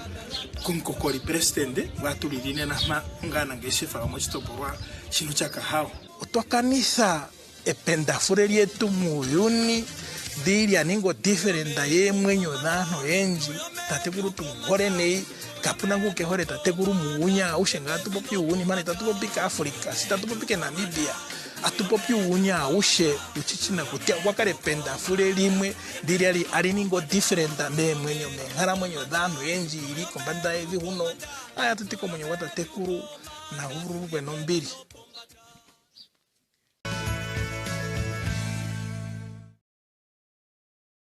Welcome back now. The Minister of International Relations and Cooperation from South Africa, Ronald Ramola, is in Namibia to attend the memorial service of late founding President Dr. Sam Savishuna Nujoma, a towering figure in Namibia's liberation struggle and a revered statesman across the African continent. Now, his presence underscores the strong historical and diplomatic ties between Namibia and South Africa, as well as a deep respect for Dr. Sam Nujoma's enduring legacy. He now joins us in studio this morning to reflect on the life of the late Dr. Sam Savishuna Nujoma. Minister, good morning. Welcome to Good Morning Namibia, and I hope you are enjoying Namibia so far. Thank you very much indeed. I'm enjoying the weather and the conditions in Namibia. Okay. Let's take a reflection on Sam Nujoma's legacy, what it means not only for Namibia, but perhaps for a broader continent as a whole, and possibly for South Africa and as well as SADC. Indeed, he's a towering figure, a person of unwavering commitment who saw the liberation of Namibia interlinked with the liberation of the entire Southern African continent region and the African continent as a whole, the so-called frontier state. And he played a key role not only for the Namibian people, but for us also in South Africa. It is because of that he will forever be enjoyed by the people of South Africa and many other struggle veterans and heroes from the Namibian people like Ngugwa Tuyongo and many others who played a key role in our struggle. And they saw it as intertwined with that of the people of South Africa. And for that, it is for that reason that the government of South Africa, and I'm here on behalf of the government, to pay respect to him on behalf of the people of South Africa. And the President of the Republic of South Africa will also be joining tomorrow at the funeral to also pay his respect on behalf of the people of South Africa. So indeed, he was that figure that will forever be remembered for his commitment and also his unwavering support for the struggle in the continent. And we as South Africans see this role not only just for the Southern African community, but for the broader benefit of the African continent, for constitutionalism, for the charters of the United Nations, because as you are aware, the UN also played a very important role as a League of Nations for the liberation of the Southern African communities. Namibia was one of those, and also ourselves were beneficiaries of international solidarity. So this, for us, is very important, and it is great that we see Namibians also celebrating his life. We see many people in the African continent. I was at the AU summit a week ago, and he is celebrated across the African continent, and I believe the world over. Now, yesterday we had an opportunity to speak to Ambassador Welalilo and Tlapo, who was talking about, Sam Nujoma's contribution and his legacy, as well as we saw that the University of South Africa had a tribute ceremony where also, that is Thabo Mbeki speaking, your former president, also talking about the legacy of Sam Nujoma, saying that in order for us we must do the right thing, and that is to do the right thing for the African continent by following in the footsteps of Sam Nujoma. What does that mean to you? Yeah, indeed. I mean, former President Mbeki has seen him live in action and really saw the role, the bravery, when he speaks out of the fact of the bravery. He saw it and the courage. And Ambassador Welalilo Tlapo is also one of those struggle veterans that have seen him in action. And they don't only speak like us from books and from history. They speak from lived experience. So what it means to us is to take his legacy forward in this struggle. Their generation fought for political freedom. They brought constitutional rights. They brought the UN Charter to life in the SADC region, in the African continent, we have to take forward the struggle for socio-economic rights for the people of the region, for them to be in the mainstream of our economy, socio-economically to participate, for the economy to grow, for young people to find jobs, for young people to be in the center of artificial intelligence, to be in the center of digital economies, but also to unleash their creative potentials. This is what we have to lay, and we're glad that the AU has adopted protocol to mainstream youth empowerment, gender empowerment, and the SADC region is also a leader in this. Is for us to work together in terms of integration, for our economies to be able to achieve this, because South Africa alone, the fight for freedom has taught us that South Africa alone won't achieve economic growth on its own. Namibia will also not achieve economic growth on its own, Zimbabwe, Mozambique. So we have to work together also in that context of the AFCTA, in the context of the region, to build in terms of the vision of the region for industrialization, for the economies to grow, but also to create jobs and enable the populations of our regions to be able to unleash their potential. I believe that will be an enduring commitment to the legacy of Dr. Nujoma's life. Let's talk about how, African leaders right now and the younger generation can perhaps draw from his vision and reinforce the commitment to Pan-Africanism. Indeed, their commitment was full of sacrifice. It was selfless. It was full of commitment that was unwavering. We need the same commitment to achieve the socio-economic rights and needs of the young people, but also to achieve the objectives of a Pan-Africanism in the whole continent of Africa. You will be aware of the NEPAD programs that the AU has adopted as a flagship program. We have to be committed to also for peer review in terms of good governance, in terms of adhering to the values of the UN Charter, because it is the UN Charter that enable us to achieve international solidarity and our freedom. So in adhering to that, we can be able to achieve the objectives as stated in NEPAD to achieve a Pan-African integrated work. And I believe the AFCTA also takes us to that direction of integrated economies, of shared industrial perspectives in terms of development to build and have value add in the continent itself.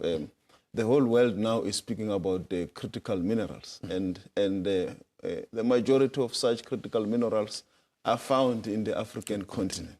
So we have to make sure that this generation does not miss out on this new phase of critical minerals that are aimed to empower the new economies that are emerging, artificial intelligence, green economies, and so forth. So we have to ensure that our policies at the SADC level, but also at the AU level, speak to this aspect of value add, of ensuring that we are able to provide the supply chain, and that even when we deal with the economic corridors, the borders as economic corridors and the road infrastructure, is not just meant for extraction out of the continent, but for economic empowerment in the continent and add value, so that whatever product that we take out there's been value that has been added. Let's talk about today's social economic landscape.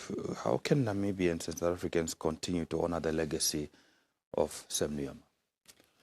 Is by continuing to work together, cooperate at the economic level on a number of programs, and I'm aware that there is already cooperation that is existing and happening, but I believe we can do more between the two countries that can unleash the potential of the two countries' the economies, and also not only the two countries, but the whole region of SADC and the African continent as a whole. So we need to continue at the level of bilateral relations to deepen that relations. I'm aware that there's a lot of exchanges between Namibia and South Africa that are enhancing this work. but more needs to be done to build on the momentum that is already there, and also on the foundation that has been laid by our founding fathers who shared trenches together, Nelson Mandela, Sam Nujoma,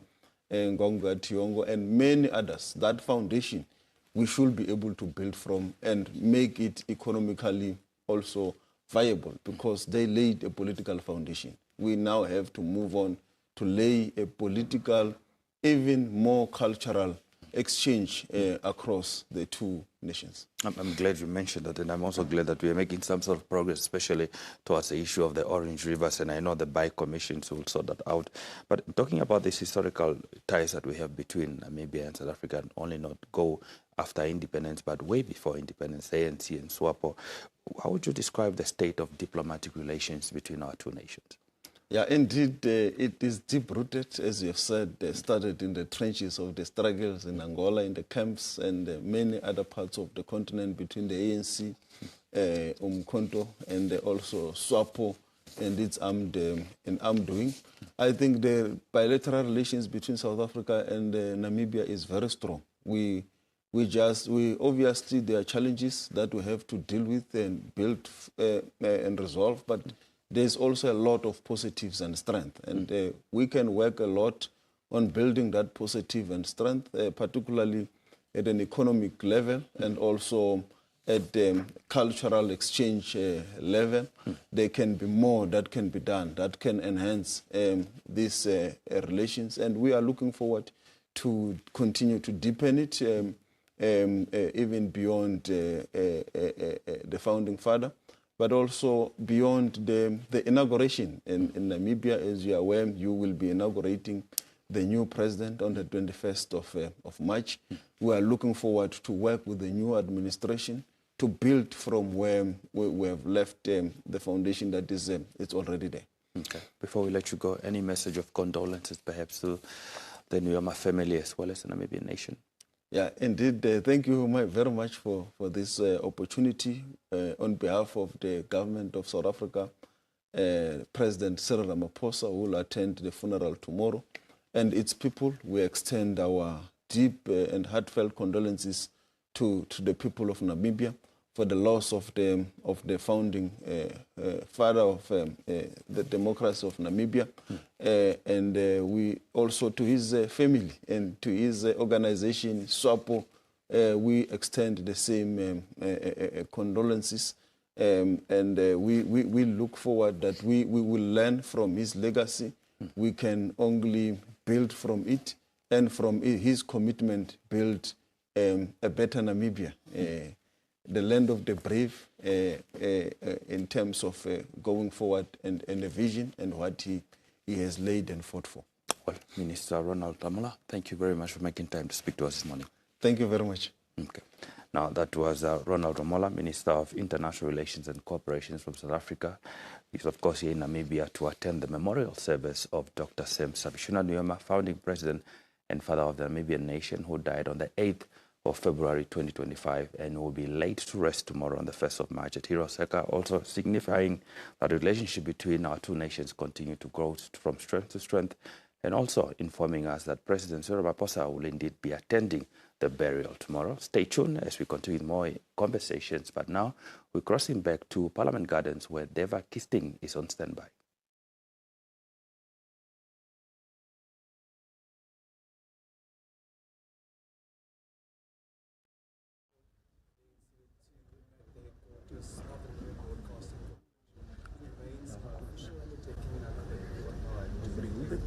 All of the coverage around the passing away, of course, of our founding president, but certainly the last leg of the proceedings as we prepare to take him to his final resting place at Hiroseka tomorrow.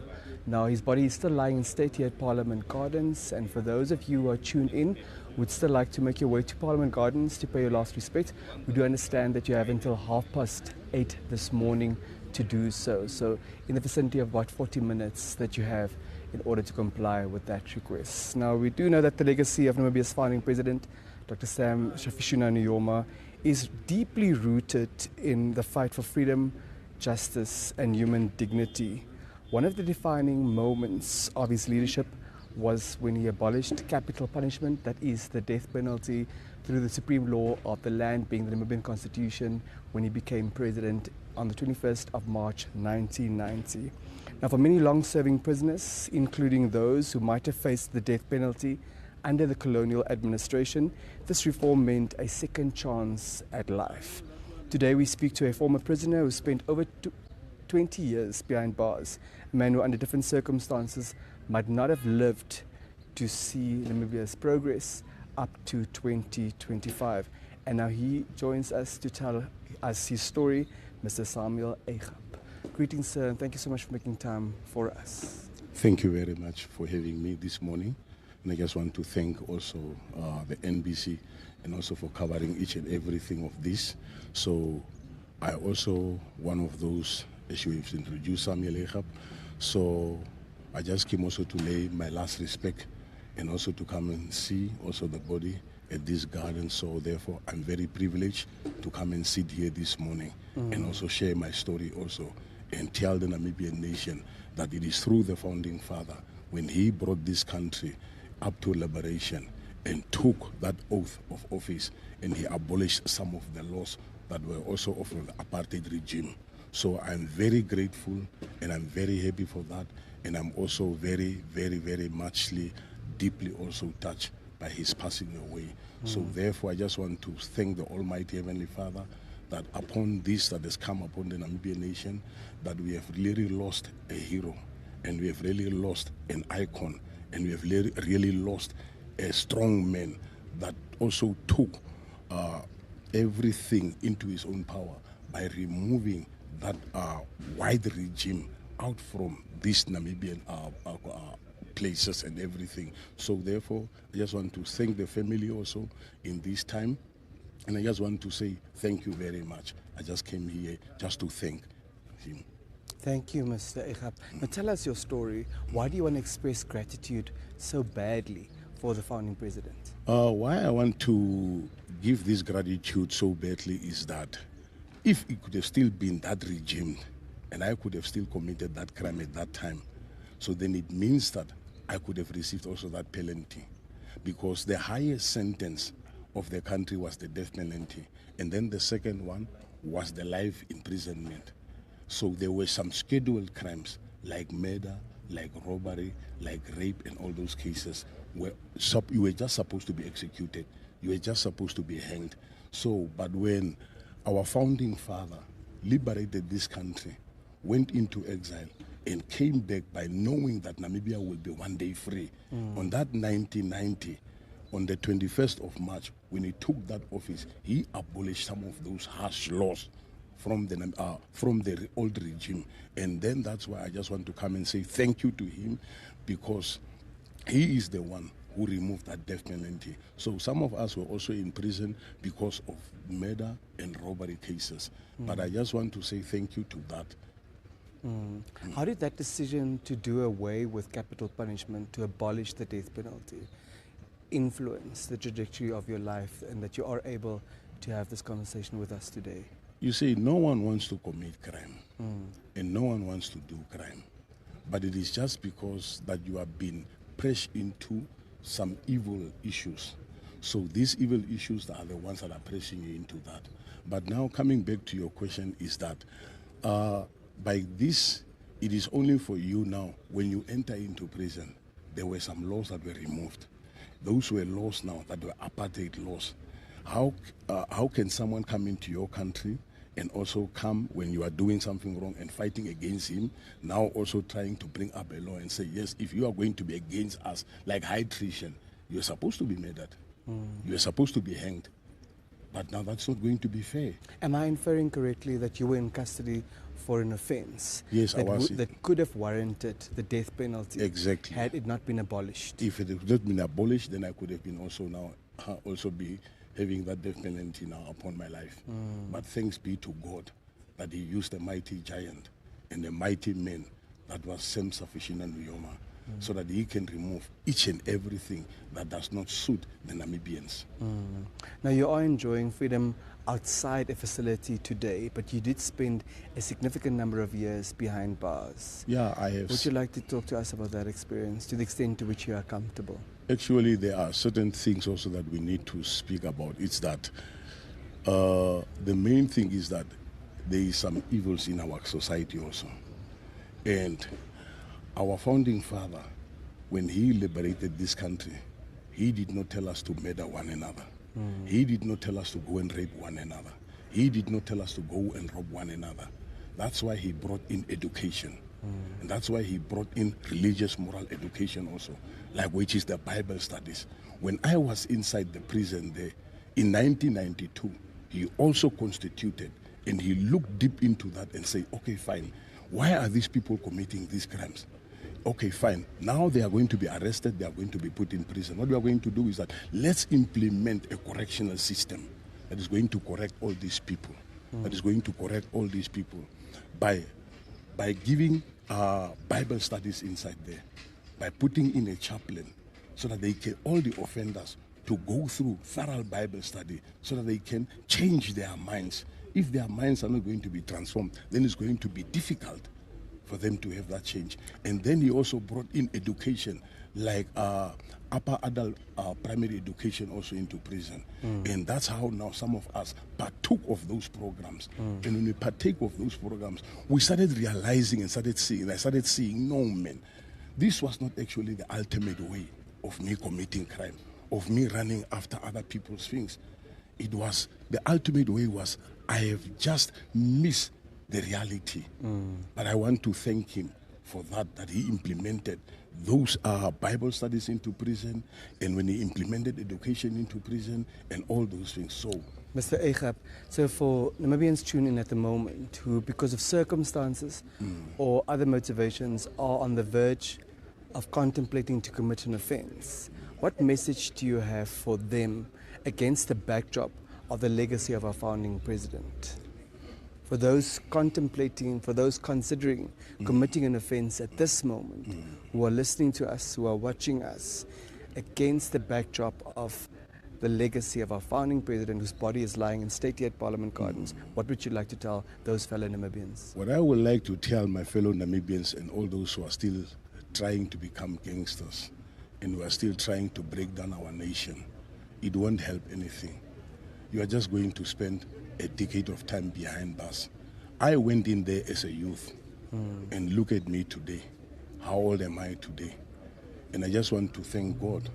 If it was not him, then it could mean that the grave could have been my quietness, by just being hanged. And how could have I be? So what I want to send also the strong message to people out there is that they have to know that police officers are there. Whenever they are doing crime, they will be arrested. And when they are going to be arrested, they are going to regret by spending most of their times in prison. And there is no privilege inside there. There is nothing good inside prison there. All you are going to do is that you are going to be locked up. And if you are going to be locked up, how are you going to feel? Every time you are just, the only moment that you are going out is the moment that you are going to collect your food and come back. The only moment when you are going to make a phone call and come back, and then you are going to be locked up. Imagine yourself spending 20 years behind bars. How are you going to be as a normal human being? That's why the country was liberated, and the freedom fighters fought for this country so that we can have a free movement, moving from the north to the south, moving from the east to the west. But now, if you are going to be kept in a confinement in a small place, how are you going to be? How are you going to handle yourself? So I will encourage those out there who are still trying to become gangsters also.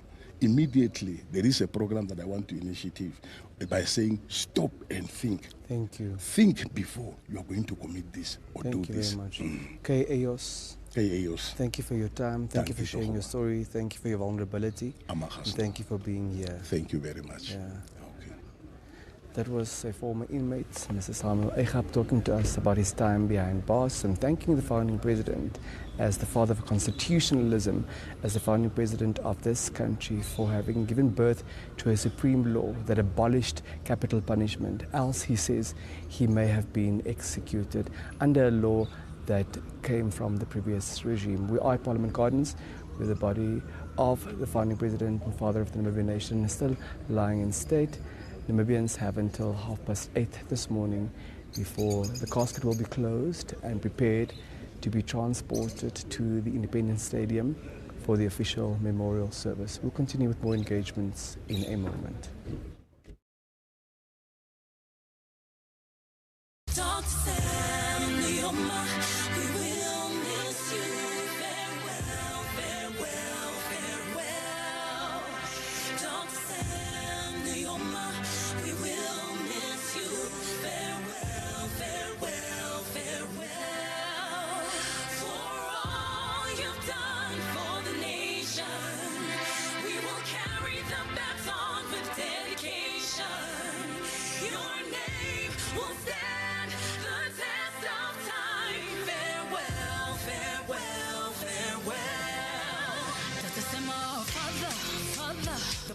Commander, our founding father, leader of the Namibian revolution, a voice of justice through the pain. You stood your ground through sun and rain. Dependa fuleletwe, telemangoluko. Haluta continua, tatesha bishuna atukusaluta. You set us free through the tubula, and the grace of God tatekalunga. You're a king, hope, peace you bring. We sing, we dream, a vision 2030, so close it seems. You went to exile, the fight was worthwhile. Sem sapishuna, see on the other side. Kokolo njila ize, kwalinga tu kokoloka. Jila yenda pohamba na hage, bafo muna tatembumba. Netumbo, nandindeda, bafo beto tuwilike. Oshapula, bizio inji Namibia. Founding father, Tatawe, to celebrate your legacy and all you've done for the land of the brave. You brought us independence, paved the way, Vision 2030. We bless the Lord for your legacy. We will miss you. Farewell, farewell, farewell. Dr. Sam Nujoma, we will miss you. Farewell, farewell, farewell. For all you've done for the nation, we will carry the baton with dedication. Your name will stand the test of time. Farewell, farewell, farewell. Namibia, Namibia, Namibia, let us rise together. Continue a major legacy of our founding father. He set the tone for us so we don't stand alone. Build a better future for the world to see.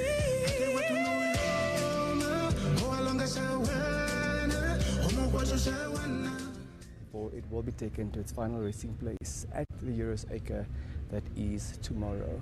Now, what we do know is, in terms of the law as it stands, the Namibian Defence Force is the custodian of a state funeral, and that is what we will be witnessing, especially tomorrow.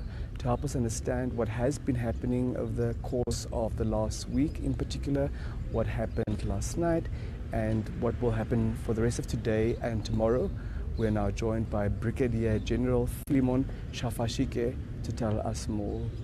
Good morning, General, and thank you so much for making time for us. Good morning, Denver, and good morning to all viewers and mourners across the 14th region of Namibia, and particularly those that they are getting ready to go to the state memorial service.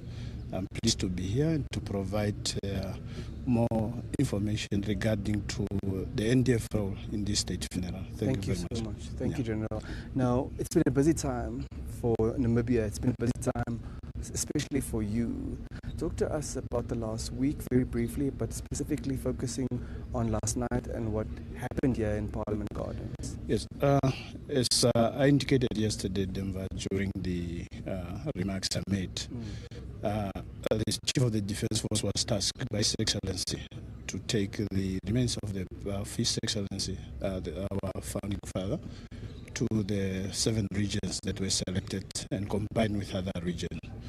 Obviously, it has culminated into a street procession here in Windhoek. As you have seen yesterday, the turnout of the mourners that came and want to have an opportunity to pay their last respect to the founding father. It was not an easy task to control the crowd. We were concerned about the security protocols. A large number have really turned out. However, we managed to control. We have put up protocols that was aimed to make sure that people does not come and overcrowd the position where the casket is. Some of the protocols we put up is that we just identify one entrance point of everyone, and through that entrance point we divided people into groupings. We have allowed just 40 people per time to go through and line up, and when that line is getting a bit fewer, and then we release the other 40 personnel. That's how we managed to control the mourners. It may be obvious, General, but help us understand why it was so critically important, why it remains imperative that security is the first priority. Indeed, security is the first priority, being it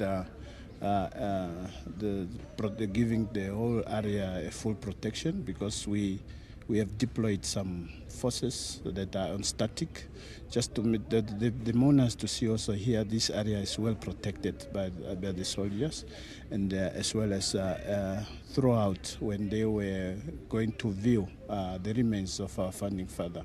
So we have made sure that at least nothing goes wrong. And obviously one should also applaud our mourners, the way they conduct themselves. They conduct themselves in an orderly manner.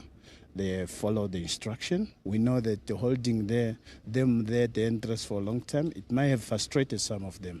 However, it was just proper that they keep up with that frustration and be able to come and pay their last respect in an orderly manner. We really want to applaud the general public and the dear monarch, the way they have conducted themselves.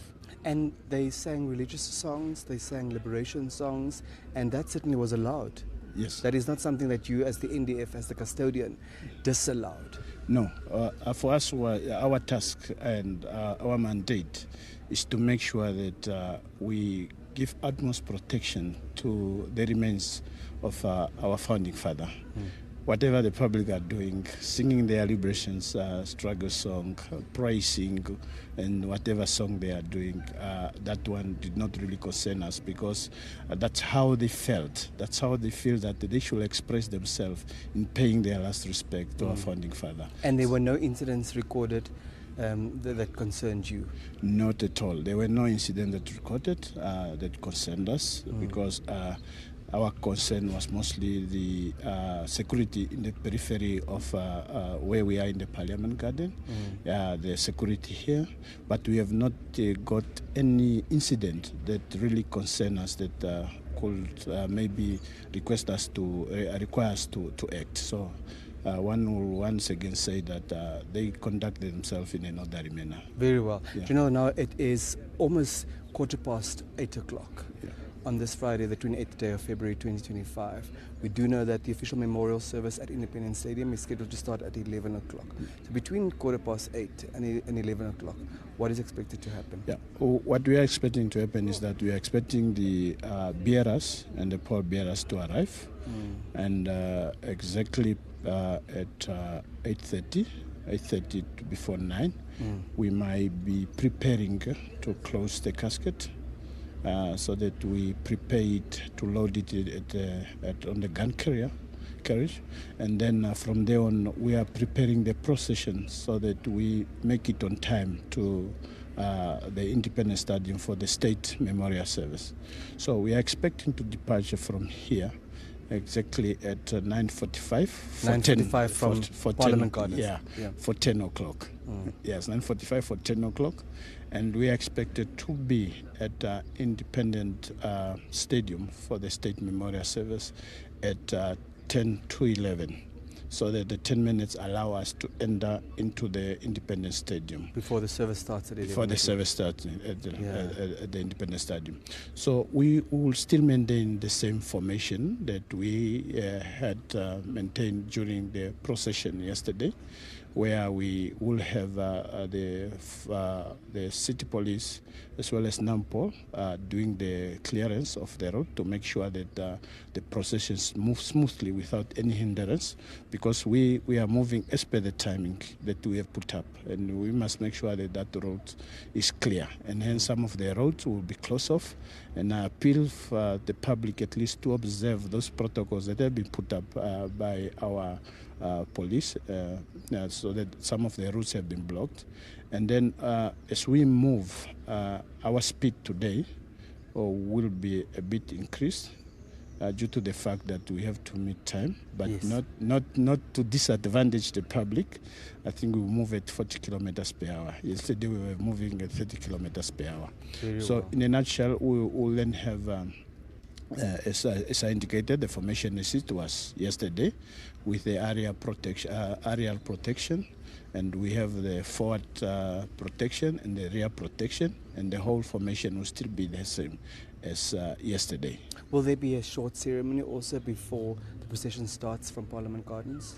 No, we will not have a short ceremony at all. What we will do is the same drills that will be conducted in the regions, where the pallbearers, the bearers will come in, prepare the casket, and then from there on, the pallbearers will also join, do the same drills that we have been conducted throughout the 7 regions that we have visited, and prepare the casket to be loaded on the gun carriage and prepare for the procession to start off. Very well, General.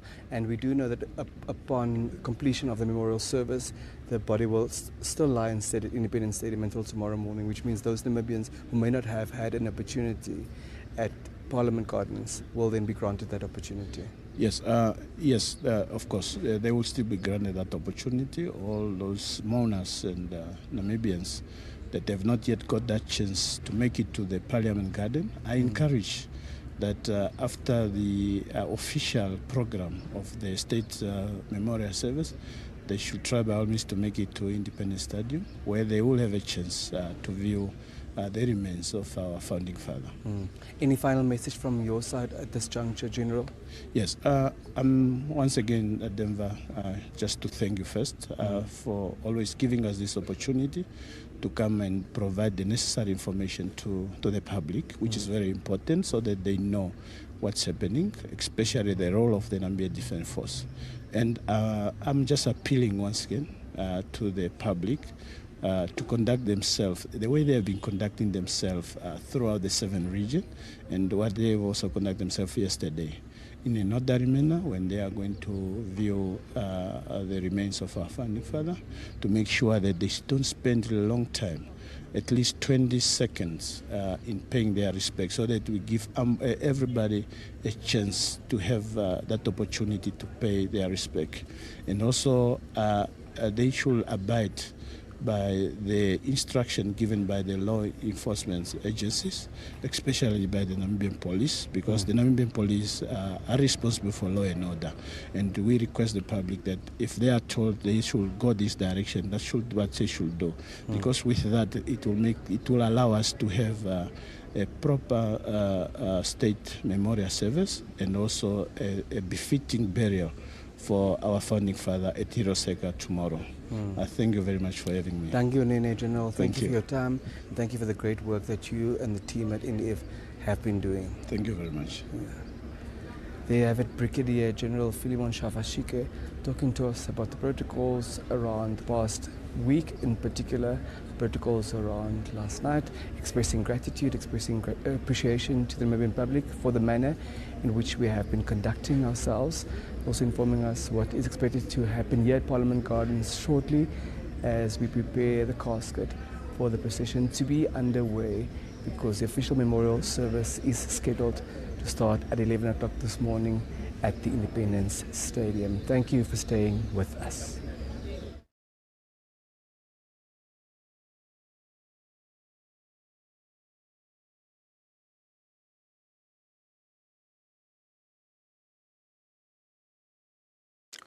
Thank you very much to Denver and the team there from Parliament Garden, keeping us updated in terms of how activities are unfolding with regards to that's a program that is expected to commence that military procession with the remains of the founding president that will earmarked to go to the Independence Stadium where the official memorial service will take place. But I will continue with more discussions right here in studio with regards to the founding president's legacy. The late founding president of Namibia, Dr. Sam Nujoma, played an instrumental role in the country's struggle for independence and shaping of its future as a sovereign nation. As the first president, he led Namibia through its most pivotal moments, transforming the aspirations of millions into a reality. In commemorating this remarkable figure, Christine Yambula, author of a poetry book titled Sam Nujoma, joins us to tell us the story behind this beautiful piece. This book of poetry is not merely a collection of words, but a heartful tribute to a leader whose life was steeped in the spirit of revolution and dedication to his people. May Christian Yambula now joins us in studio this morning. Mwalele pongome.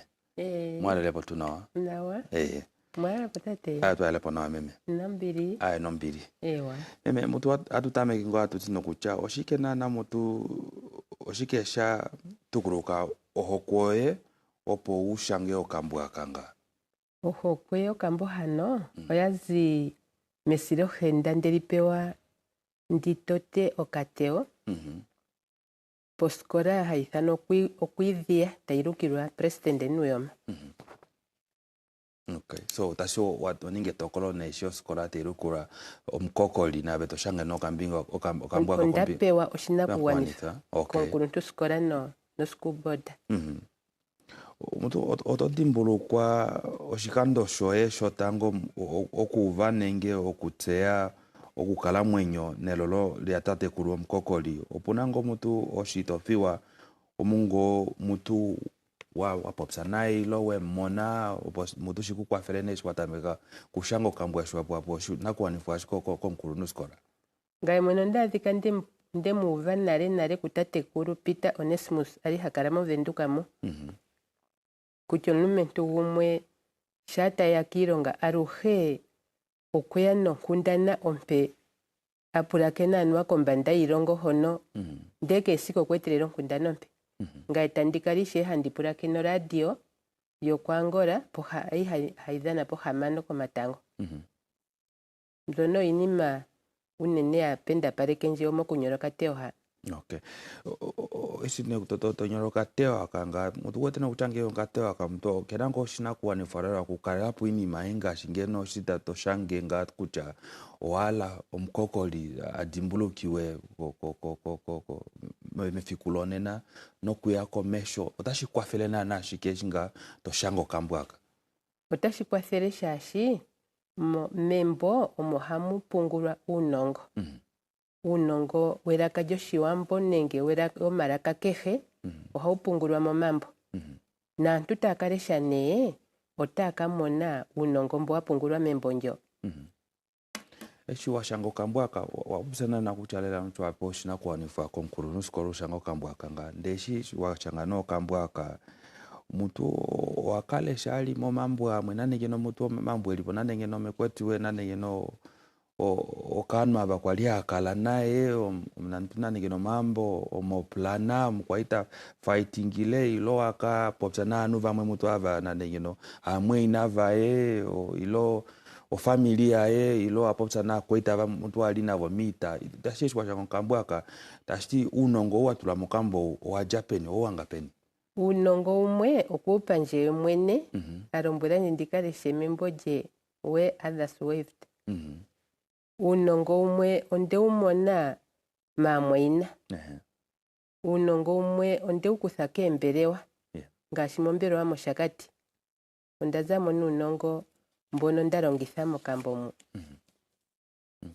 Pepe neshi washango kambwaka ngeno shinavota alesha owala nanalela bakufepo shike mokambo mungano wachingono kucha unongo olela shiro ukala mu mambo masa ngeno shita alesha ngashingune nanyasha otakufa moshike mokambo mukambo muno otakuthamo esimaneko lya kuruntu oshoka tatekulu Nujoma kwali hasimaneke akuluntu ye.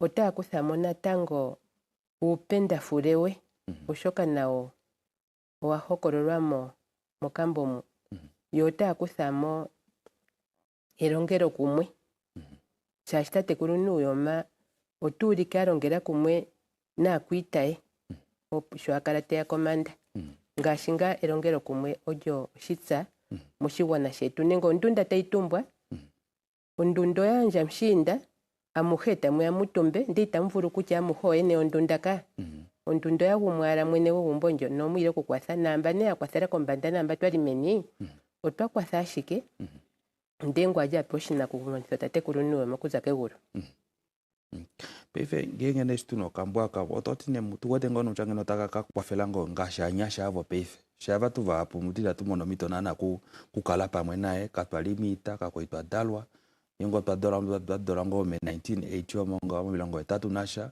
o independence okweita iyanale ngeno okambwako taka kwafele ne anyasha opo vadimbuluke onjila enda opo Namibia manguluke nini maisha yaninga ilongeno taka kwafele nanange piko anyasha otakwathelwa sho tayuvu kutya moshigwana mwavalelwe aalumentu yape oshinakugwanithwa tayeshitsakanitha nayo nesho takapewa inakugwanithwa moshilongo muno nenge momagumbo otakavula okuyitsakanitha fimbo inatumana interview yetu nenongula unapo vali mutu wala kuedapo eshingotu wetu nuchapivenga omkokolike po vali neno tunango ne memorial service ako independence mongulo otu atuiko hero seka opongo tatekulu akae ponele ya hunima mutu nango eshwala kucha mutu moshiwana shitale ilo no familia ye na efelende dayatishe na kweita vakwali alongo pamwe naye uvanele tumwala kanenongula leo ndiani nashike tumwala kajo mahekereko kucha natupandule tate Kalunga etupere omuleli eshikwinekelwa mulwashono okwalonga oshilonga shende teshitsakanitha omuntu ngele okwapewa omvula 70 kombanda yevi etalombulwa kutya otagudhulwako ngaa ngele odhindji etadhiningi 80 ashike yapehe mpono okwapitilila po eteyako 90 sigo oteyako 95 omuntu ihahambulwa ngetemo otatumuka muno katumuka nje ashike ashihe sho etulonga shuufulewe natushikuthepo tushukithe komeho opo shigwana shikalepo tse ngaye tegandja ashike omahekeleko ne kumeme Ovambo noshowo oluvalo naakwakondombolo naakwa Nujoma oshowo onekondo lyahamano shanampadhi yahameyalala noshowo oludhi lwa nakapipini yagaaga nomkuluntu gwawe dhindi mazimo ndapopinga mazimo ndizishwete kolela eno aime papandula shwa mona fimbo tu popse na venenongula mutu unapongo epanjo wala nwane kulesha ngo ilo kalaina mwa kulesha fimbo inatuya iyo ndinapo uvelise ontumba nahala kuulesha wame Nujoma pepere itanizigeta meko tanizipo kati wame Nujoma pepere ezikota putsaleke opali puno mainda tagemwi mongoro aturo thingo kepepe ache kashivulewe pwali noongulumbashe mumasila akapeke takugwedhwa hipangelwa naona sonakali oshopo keihuna yomuntu ivule yombwa shopo ya Vietnam yeli pamwe nakasinga yafaalele ngathithi yahokolola mbinzi mburo osho ahakele tati pamwe eshimana ohoro pamwe ili sigo opo shikathingo yetaolo kwekwekwekwe njoli inahulitha yo okuli moshikele akondekelwa mokwito kusema shafishuna na amati opulana kuba nayo opo ali eli pombanda nopevi yeli pamwe naangola tadhenge talulumike takwathele Nujoma yahulithe pangelo lya Botana Fostera lino kakombo noludhi omwati nanditangeje nditange shafishuna ekanda lya Daniela nakukugwa kondombolo shila otamushenjula otepopya amankondo amathange amayama akokolola ilwitho tashishimba momashako tafaalelo plana ikakuthepo omukundu ngele owe muhatuka wapopisha fishuna tolombwele nalunanga otomono sho tathitha nehodhi talipolinda amaruthi pura mbota, ambata pura fosta, kaem popla na neta, shiratango na izem. Itarundarara, mburuna eshimono, oshwaka adhuzuka, yetipo piretati, itashipiwe na mea, yapweto otashikangwa. Nuyo matsikire, takomanda tagupumo, ini puro mapuku, ngoka tagasikohoro, mukuto mukwana vale. Ndishigonaro opacha, shikonga shikukongeo, itatsikire kotati, shihadha shikuhadheo, mburo shwa awaevi, oshwaka ayomwai, tacha anua kegonga, na kuturo shigongoti. Nuyo meshimana, amangururo shirongo, pamweno kakurumbwati, nondomedha mofuka. Omishangwa dha shainwa, setumone manguruko, bota nayo pwari, tashainine keme. Meme Christian Yambula onda panduru nele komito ito amna uputala vandeno ngula okamboko ele takulikira muchoka shangwa na walela tapandula. Ewa. Tangitati. Ewa me. Nanga onda tandikupenga neomagano. Ewa tagimene. Yeah. Now that was Christian Yambula, who is an author of this book, a tribute to Sam Nuyoma's legacy, a poet tribute. That's Dr. Sam Safishuna Nujoma. She highlighted, she gave us a narrative behind what led to her writing this book. She indicated that she was designated by the school that was being named after the founding for her to write this book. She was given the responsibility, that's by the school principal, to be able to write this book in tribute to Sam Safishuna Nujoma. She also talked about the fact that how she first came across the late president's leadership and life, whether there were specific moments that sparked this creativity. She talked about the fact that when he started his fight for liberation struggle, she was encouraged by all these talks, and also the fact that everybody that she came across, each time that they spoke about Nujoma, is that he always had something new to share, something that he's hearing from radios or from other, source of information beyond the Namibian borders, and he learned from that, and he also served as a source of information with his community.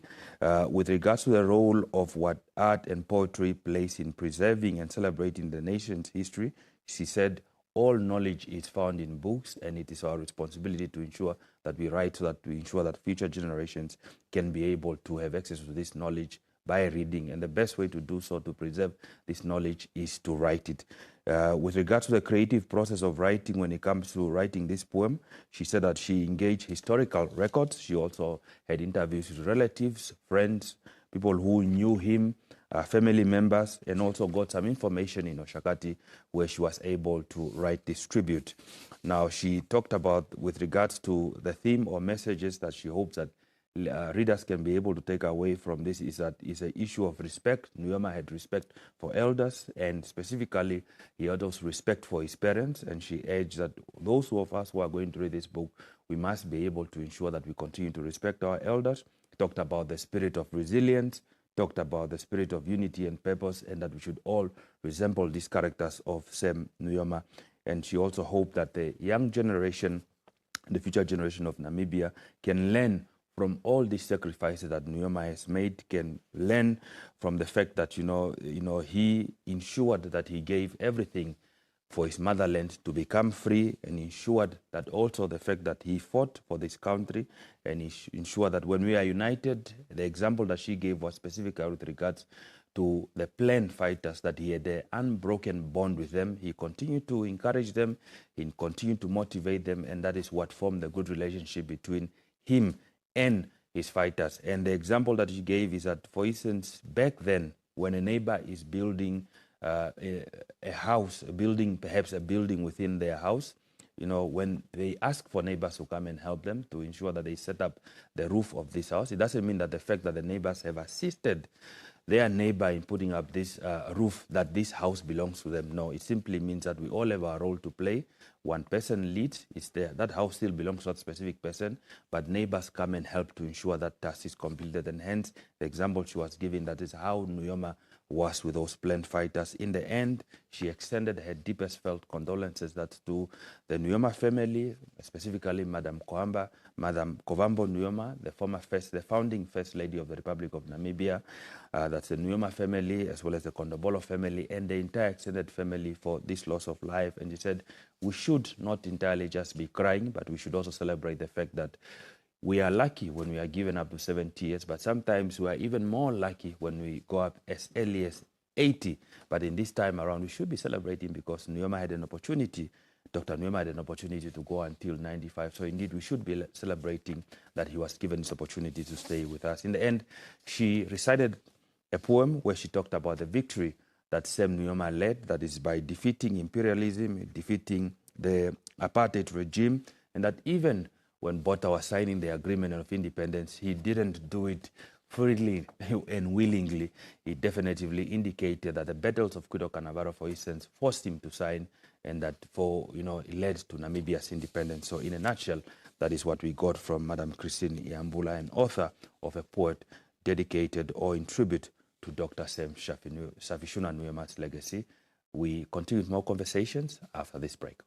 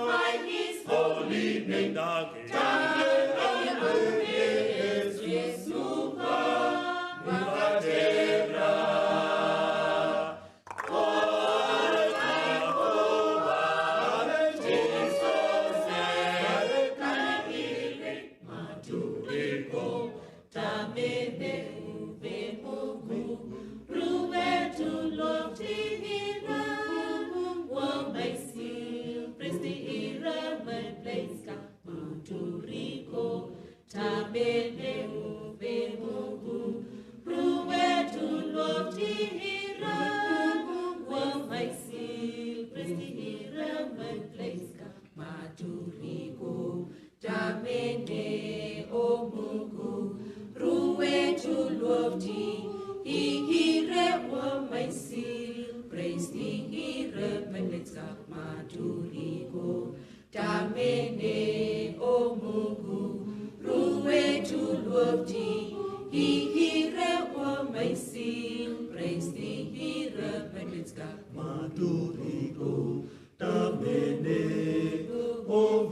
mukuru wetu, dipenu maisir presihi met place kamaturigo tamene ove mukuru wetu, dipenu maisir presihi met place kamaturigo tamene mukuru wetu dihere wamesin president place kamaturigo tamene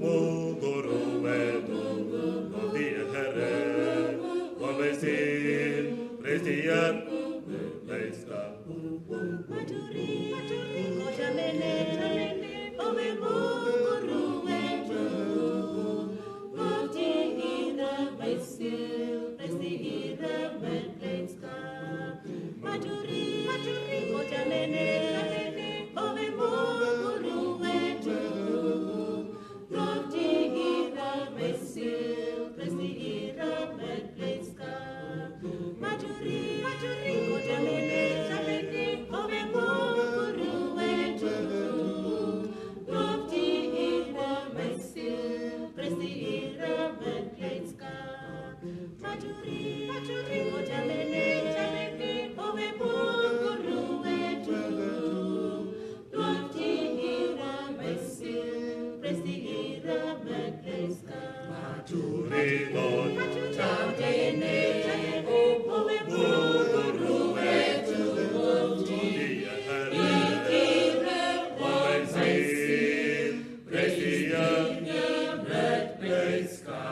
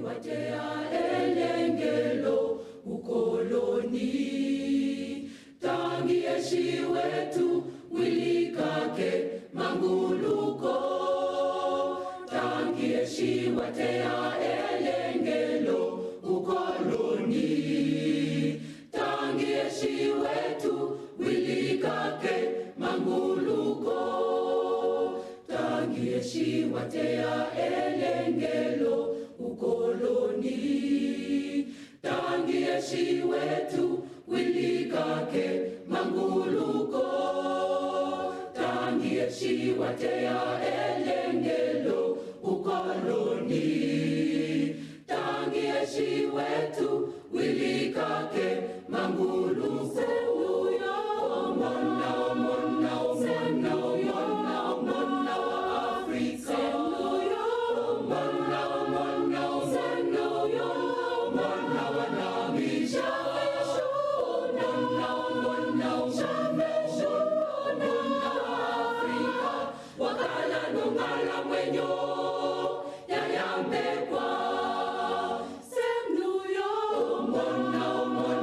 Semnuyo,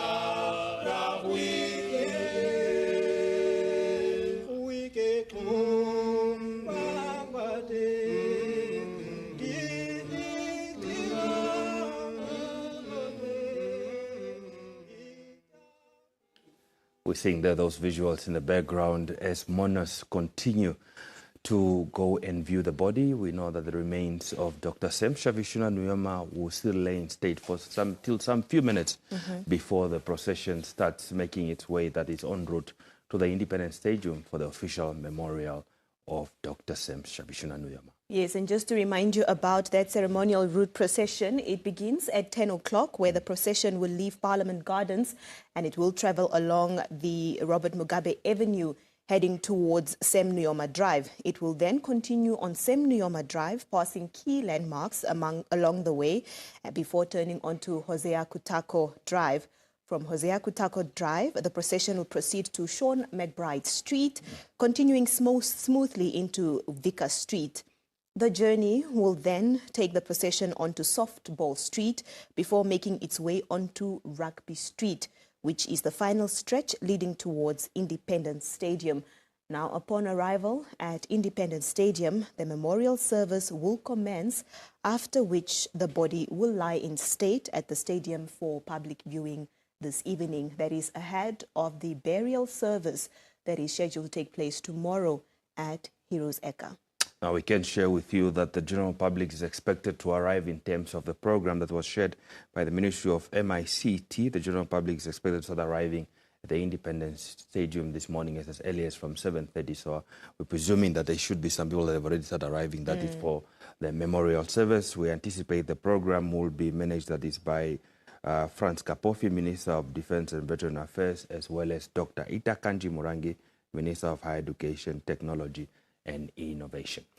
The memorial service will be broadcast live on all NBC platforms. That is all our television, radio and our online platform. We also do share short snippets on our online platforms of what's happening around the country, especially when it pertains to the funeral service of the late Dr. Sem Shavishuna Nujoma. So please follow us on all the platforms. That is NBC Digital News. However, right now it's time for GMN to end. However, part 2 of the coverage continues right here after GMN. Denver Kisting is on standby to take you through. Right here in studio. So from myself, Ilagushi Tatala, Lot Ntamanumata and the entire team here from Studio 2, it's goodbye.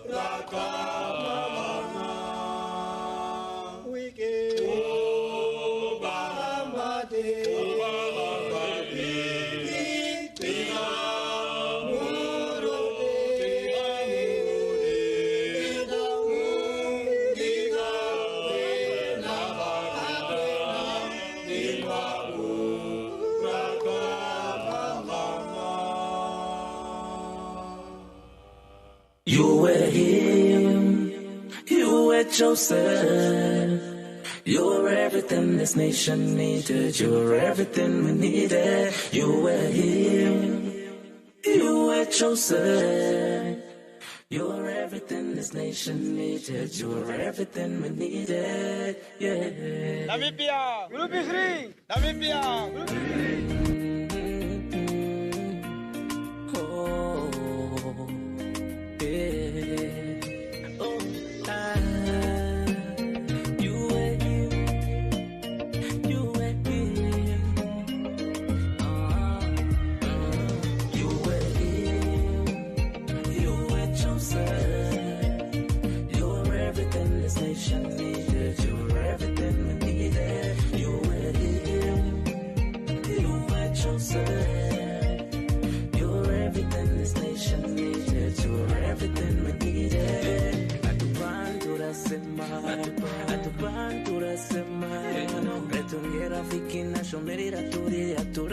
It feels like yesterday how it seemed. 21st March 1919. You were chosen by Elohim. You were him. You were him. Tate karungo kwanjo message. Tikufoka kurumba tiwafa mosesa. Titukufa moshi wanashange muvika. Epupirangero kome shororo liupika. Shironga shoewe shiwanifa pondo twapa tuesema. Alelia orike onjirwa totwa potamra turasema. You were him. You were chosen. You're everything this nation needed. You're everything we needed. You were him. You were chosen. You're everything this nation needed. You're everything we needed. Commanders don't die. They don't die. They just spread their wings and fly high. Commanders don't die. They don't die. They just spread their wings and fly high. Geno kwali neto turugu eterwa kokashona shona for life expectancy. Maro mwene gengo kwacho shawado shawadene na turumu kwa your excellency. Namibia tacho mahot. Anu beku jare komad. Anu kweo beku hore shafishuna fiyo fiyo tinaro ya tukai komad. Shironga shoe weshi wanifa pondo twapa tuesema. Alelia orike onjirwa totwa potamra turasema. You were him. You were chosen. You're everything this nation needed. You're everything we needed. You were him. You were chosen. Yes. You're everything this nation needed. You're everything we needed. Yeah. Allow me to take a bow and dedicate this to His Excellency, Dr. Sam Shafishuna Nujoma, the liberator of the land of the brave. Aluta Kwame, Aluta, Aluta Nelson, Aluta, Aluta Robert, Aluta, Aluta Joseph, Aluta. You were chosen. You're everything this nation needed. You're everything we needed. You were chosen. You're everything this nation needed. You're everything we needed.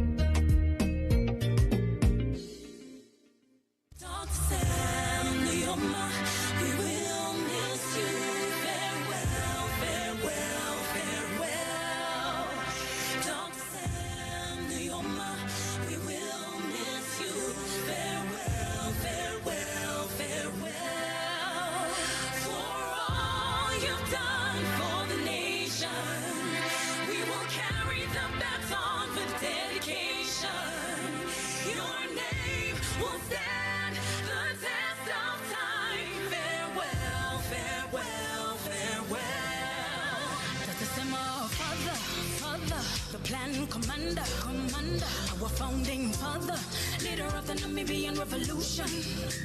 The voice of justice through the pain. You stood your ground through sun and rain. Ependa fuleletwe, tele mangoloko.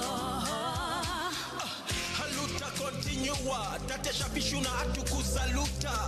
You set us free through the Tubula and the grace of God, Tate Kalunga. You're a king, hope, peace you bring, we sing, we dream. A vision 2030, so close it seems. You went to exile, the fight was worthwhile. Sem Sapishuna, see on the other side. Jila yenda bohamba na hage bafo muna tatembumba netumbo nandindeta bafo beto tuwilike oshapula obizio injina bibio. Founding father, Tatawe, to celebrate your legacy and all you've done for the land of the brave. You brought us independence, paved the way, Vision 2030. We bless the Lord for your legacy. We will miss you. Farewell, farewell, farewell. Dr. Sam Nujoma, we will miss you. Farewell, farewell, farewell. For all you've done for the nation, we will carry the baton with dedication. Your name will stand the test of time. Farewell, farewell, farewell. Namibia, Namibia, Namibia, let us rise together. Continue a major legacy of our founding father. He set the tone for us so we don't stand alone. Build a better future for the world to see.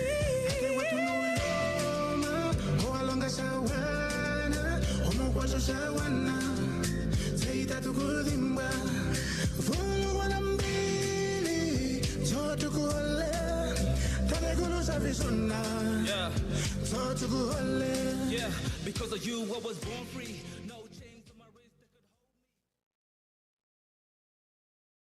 hold me. Well, we are here at the Hosea Kutako International Airport, where the President of Angola, João Lourenço, who is also the chairperson of the African Union, has just arrived. That is now to attend the state funeral service of the founding president, Dr. Sam Nujoma. Later on, Namibia and Angola's relations really need no introduction, as the two countries have fought side by side against colonialism, and the relationship continue to grow even after independence. And we have seen over the years that the political relations translating also to economic relations, the countries having a number of agreements, bilateral cooperation agreements, to the benefit of the citizens of both countries. We will be engaging hopefully engaging President João Lourenço later on, but he is one of the many dignitaries that are scheduled to arrive to attend the state funeral service of founding president. So we will keep you up to date as the arrivals trickle in.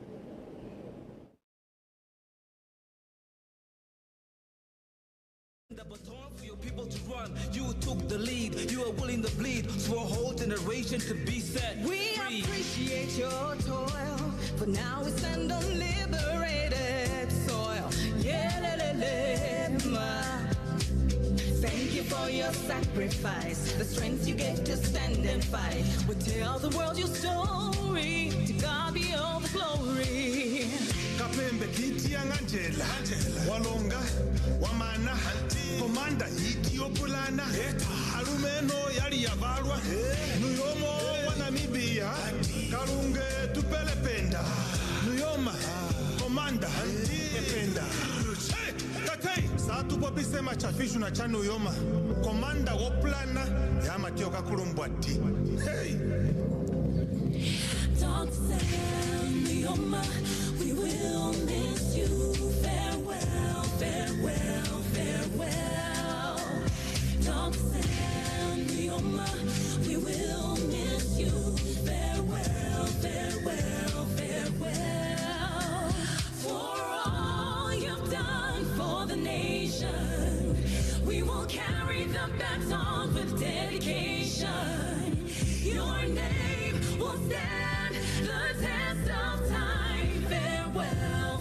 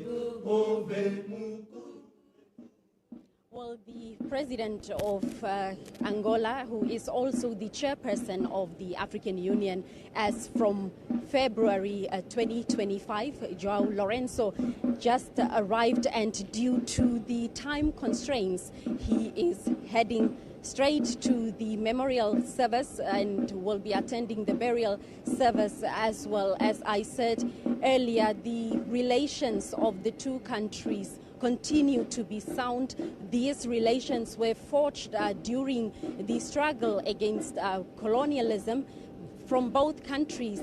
One notable battle of Kwanavale, that is also quite something that Namibians are profoundly grateful for to the Angolan government, or to the Angolans in general, fighting side by side with them against colonialism. And among the arrivals, President João Lourenço being among the first heads of state to arrive yesterday. Just as a recap, we did receive the Deputy Prime Minister of Eswatini, Tulisile Dladla, as well as the Minister of International Relations and Cooperation of South Africa, Ronald Lamola, and many other high-profile dignitaries from countries such as Cuba, former President of Finland, as well as Seychelles, Qatar, and many others. So we are here at Hosea Kutako International Airport, where we will be engaging the dignitaries as they arrive to attend the state funeral service of founding President Dr. Sam Nujoma.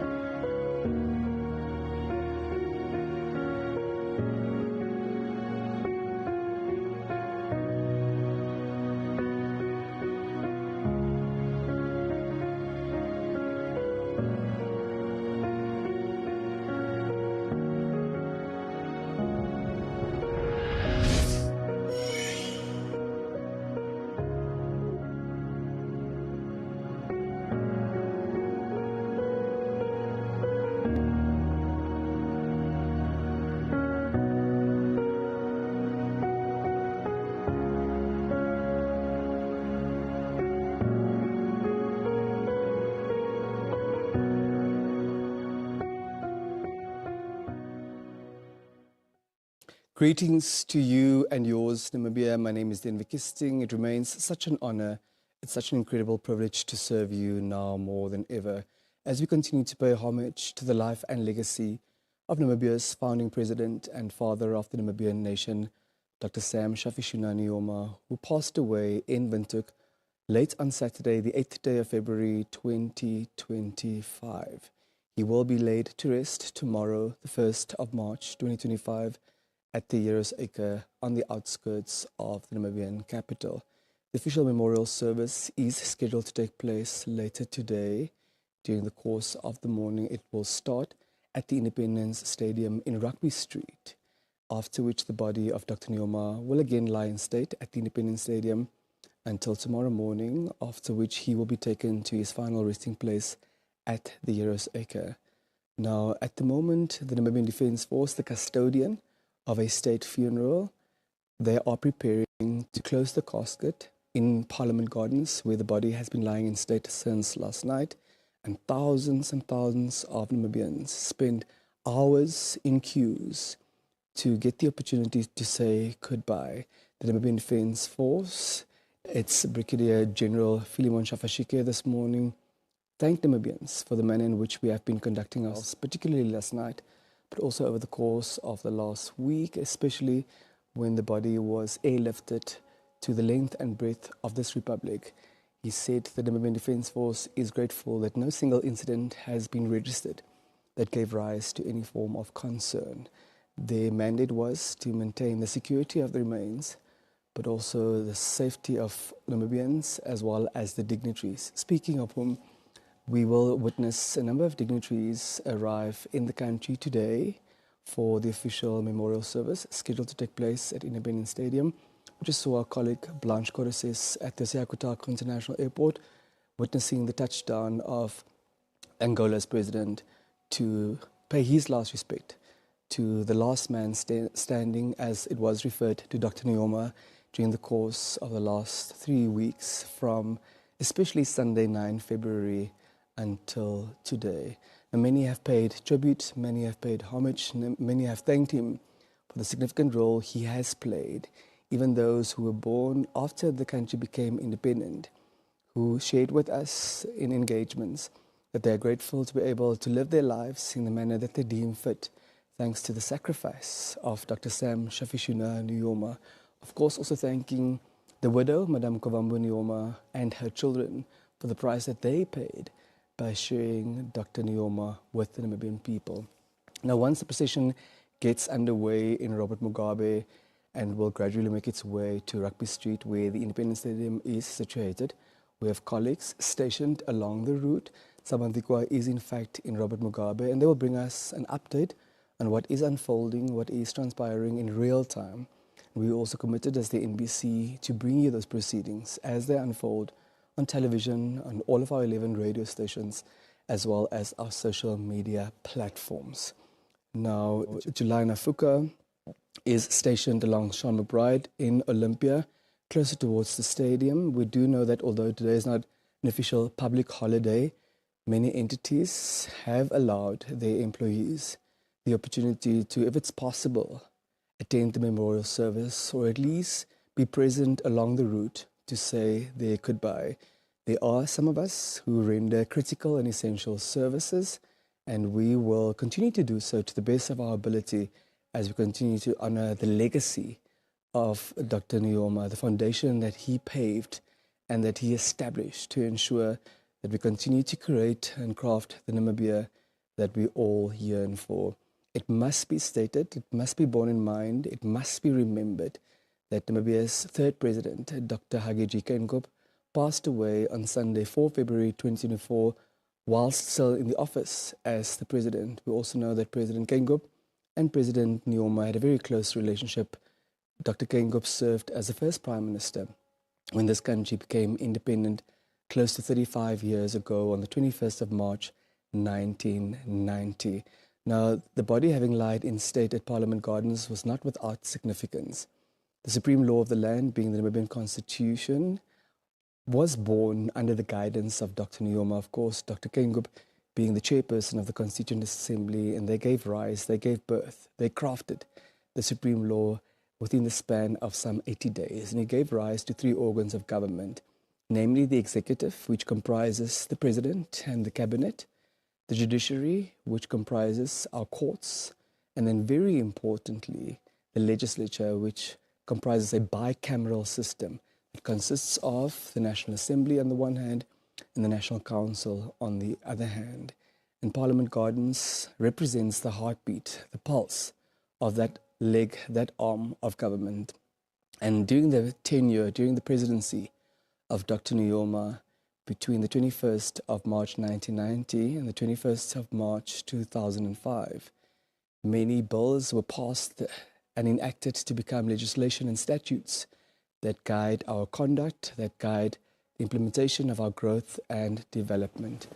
I've also heard yesterday from the Speaker of the National Assembly, Professor Peter Kashavivi, of the incredible role that Dr. Nujoma played to pave the way, on the one hand, for this country to attain its political independence, but then the systems that were implemented after independence to make sure that we build this country.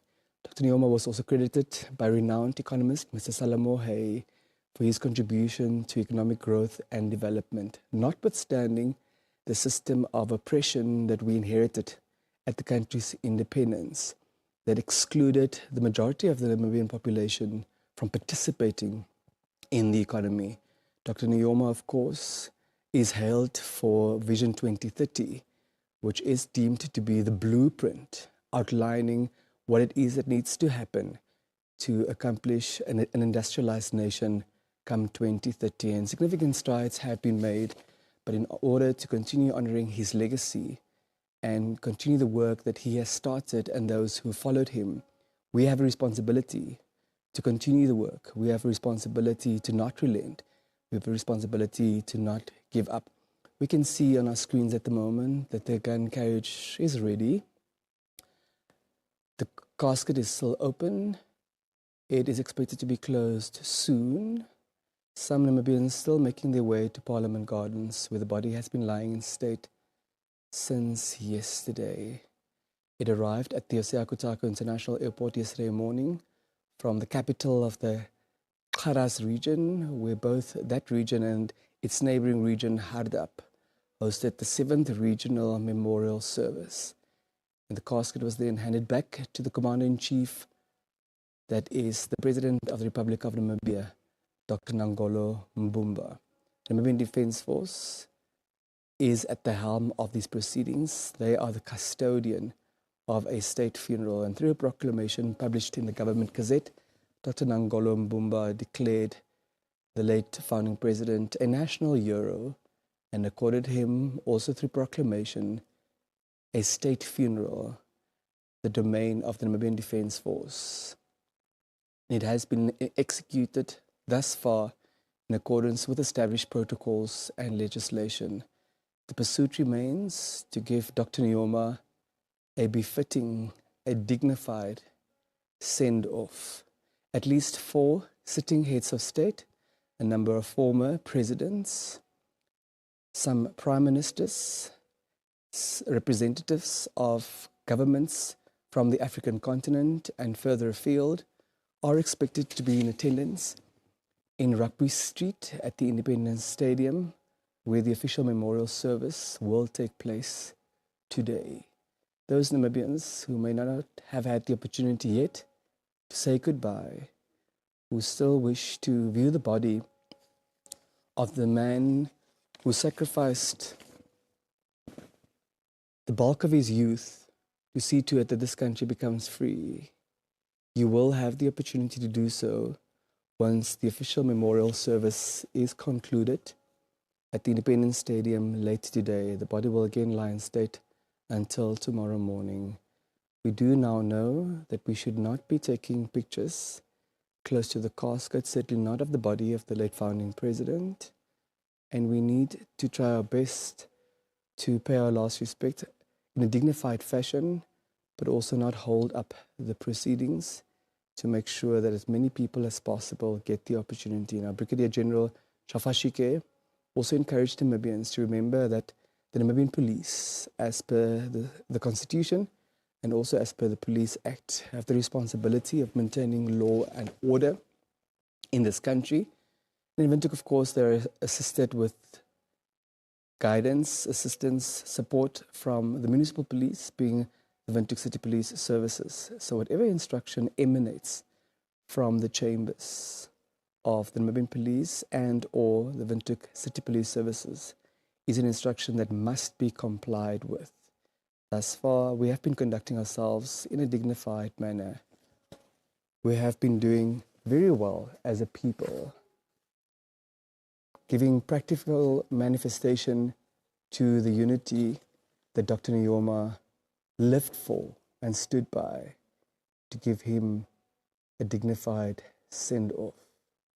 Solemn scenes unfolding at the Parliament Gardens. In about 24 hours, he will be taken to his final resting place at the Heroes Acre on the outskirts of the Namibian capital. A legend, an icon, a hero.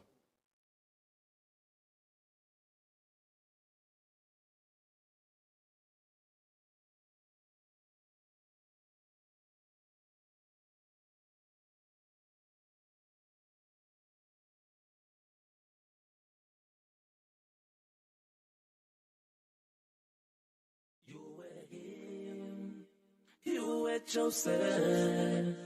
You were everything this nation needed. You were everything we needed. You were him. You were chosen. You were everything this nation needed. You were everything we needed. Yeah. Namibia, Group 3. Namibia, Group 3.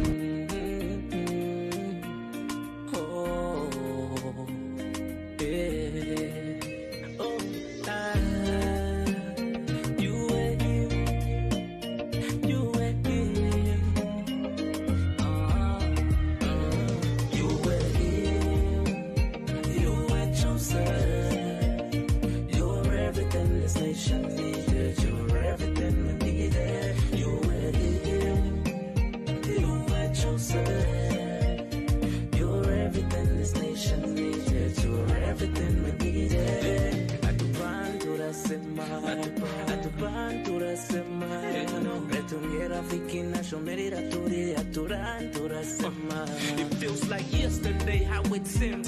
21st March, 1990. You were chosen by Elohim. You were him. You were him. Tate karungo kwanjo message. Fikufoka kurumba tuwa famosesa. Fitukufa moshi wanashange mupika. Epupirangero kome shororo liupika. Shironga shoe shiwanifa pondo twapa turasema. Aleria orike onjiro atotwa potamra turasema. You were him. You were chosen. You were everything this nation needed. You were everything we needed. You were him. You were chosen. You were everything this nation needed. You were everything we needed. Commanders don't die. They don't die. They just spread their wings and fly high. Commanders don't die. They don't die. They just spread their wings and fly high. You know what in it to do kueterwa vocation for life expectancy. Maro mwenenge ngokwacho shawano shawanene na turumu kwa your excellency. Namibia ndacho mahot. Anobe kujare combat. Anuwe obe kuhore safishuna fio tinaro ya tupai combat. Shironga shoe shiwanifa pondo twapa turasema. Aleria orike onjiro atotwa potamra turasema. You were him. You were chosen. You were everything this nation needed. You were everything we needed. You were him. You were chosen.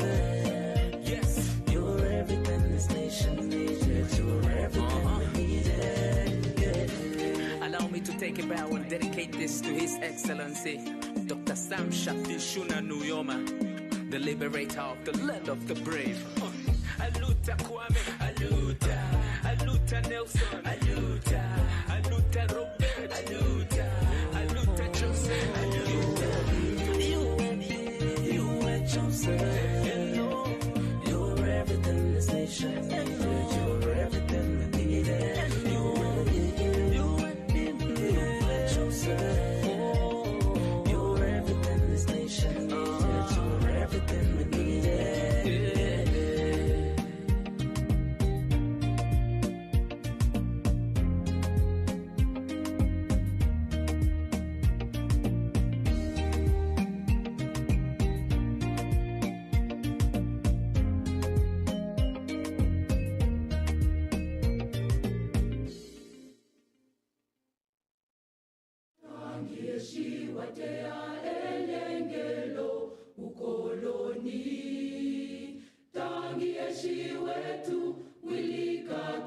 Manguluko, tangi eshiwate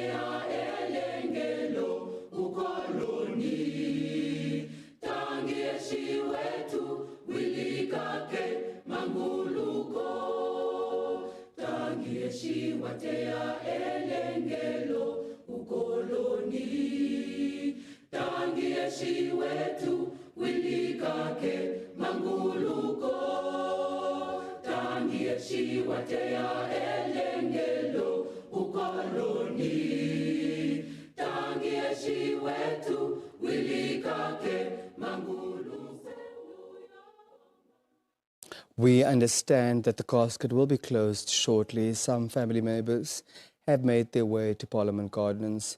The procession will be underway at 10 o'clock this morning. Now, colleague Chilana Fuka at this moment is stationed at the corner of Sam Nujoma Drive and Robert Mugabe Avenue, and we're crossing over to her now for an update on what is unfolding at that intersection. Colleague, it's over to you.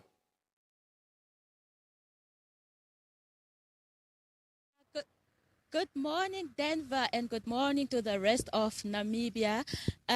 We are currently here at the junction of the Sam Nujoma Drive and the Robert Mugabe Avenue. So what's going to happen today is that the procession is going to start from Parliament Garden, and then it's going to come all the way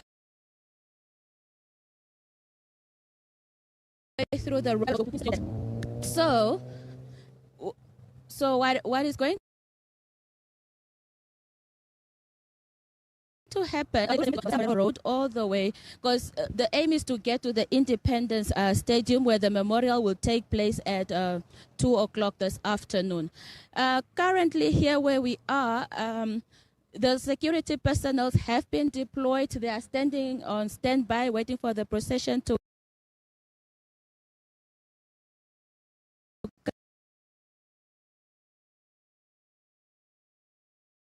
come. Other routes within. Welcome back. Our sincere apologies for the challenges with the transmission. Our colleague Jelana Foucault was stationed at the corner of Sam Nujoma Drive and Robert Mugabe Avenue. Now, we do know that the procession will start at Parliament Gardens, where the body has been lying in state, and move along Robert Mugabe Avenue Drive until it gets into Sam Nujoma Drive, and from there it will make its way to the Independence Stadium in Rugby Street. The casket will be closed shortly so that the procession officially will be underway at 10 o'clock this morning.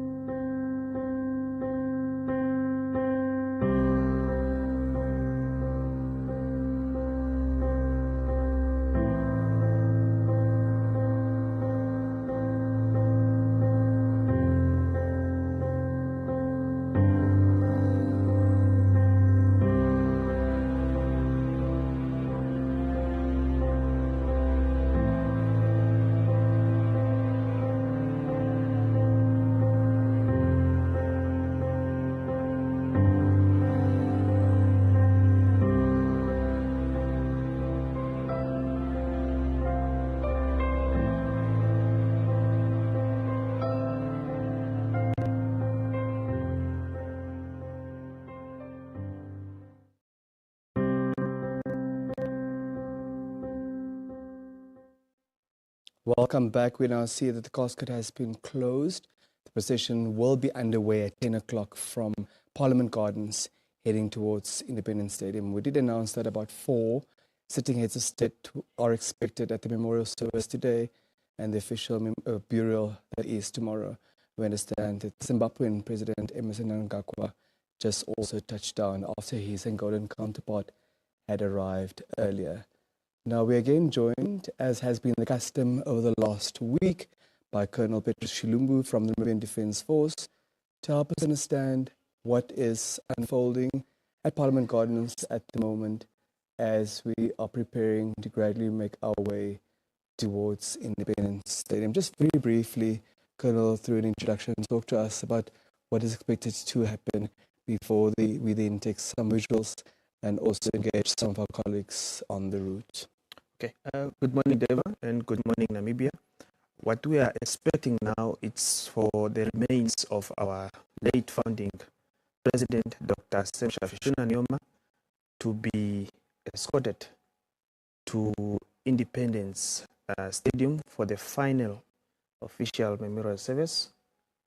And you have seen that the pallbearers and bearers on the ground preparing the casket to be loaded on the gun carriage, then pulled by the RG-32 en route to Independence Stadium.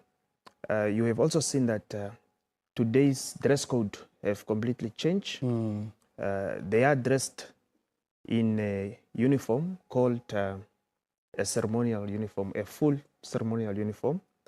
For the past days, they have been dressed in a combat uniform, that is the camouflage. It's a combat uniform. The one I'm having is a combat.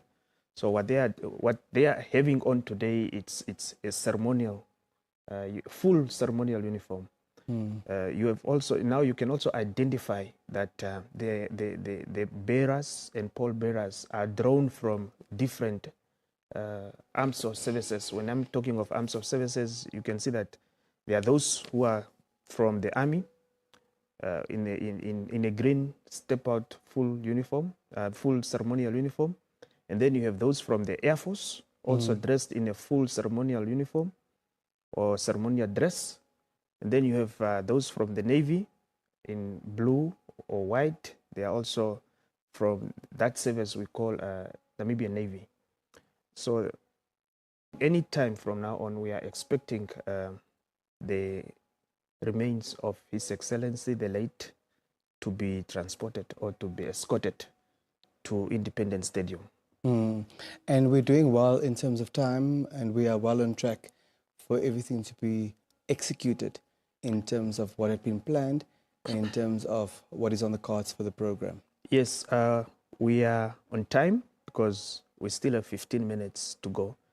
We expect them to leave Parliament Gardens at 10 o'clock, and they are expected to arrive at Independence 10 minutes to 11 because the program will kick off exactly at 11 o'clock. Thank you very much. Now, Colonel, we understand that our colleague Blanche Corrisis is on standby to soon speak to us about the arrival, of course, of the President of Zimbabwe. Now, speaking about uniform, what's very fascinating, Colonel, we saw earlier in the visual depiction of the rich life and legacy of Dr. Nujoma spanning over more than 9 decades, that he was also in one of those pictures dressed in uniform. Many of us may not know what the context thereof is, but what has not featured prominently, at least as far as I'm concerned, is whether or not he had specifically undergone training. Please talk to us about that. His Excellency the late Dr. Shafishuna Nujoma is a trained soldier, a well-trained soldier. He was trained in the late 60s, between 68 and 69. I spoke to some of those soldiers who were very, very close to him, including Lieutenant General retired Martin Shally. He also confirmed that, yes, the late founding father is a trained man, but his training differ from others Why am I saying so?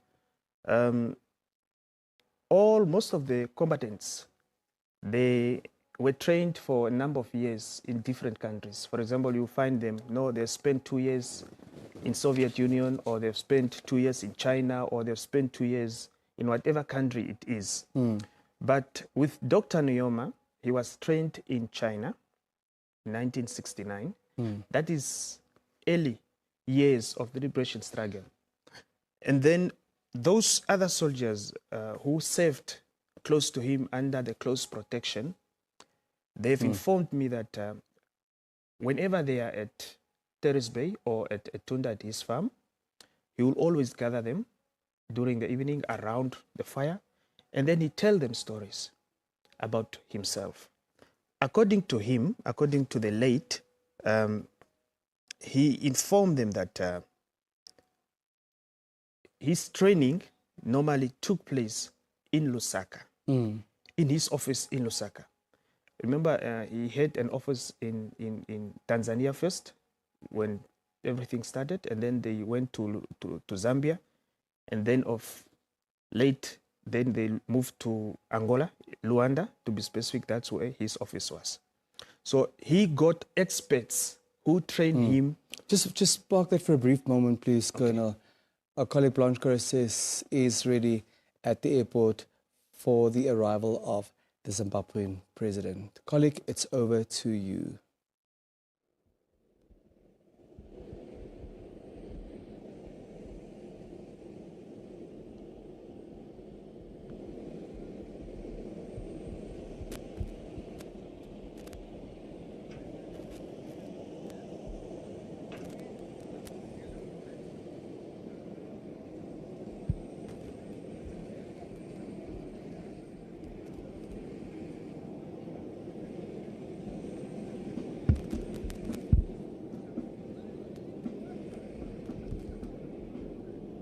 Welcome home, Excellency.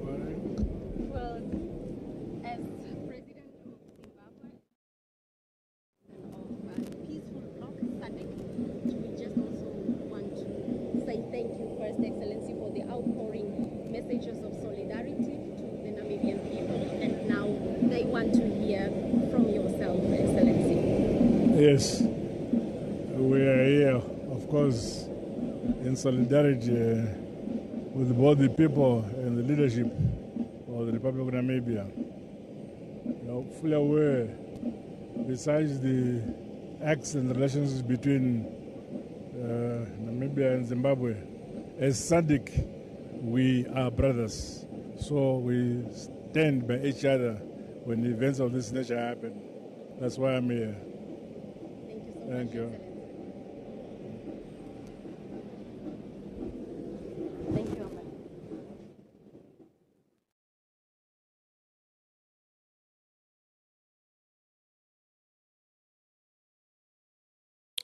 Welcome back. Thank you, colleague Blanche Correces, for that brief engagement with the President of Zimbabwe, Emmerson Mnangagwa, just conveying his condolences to the people of Namibia.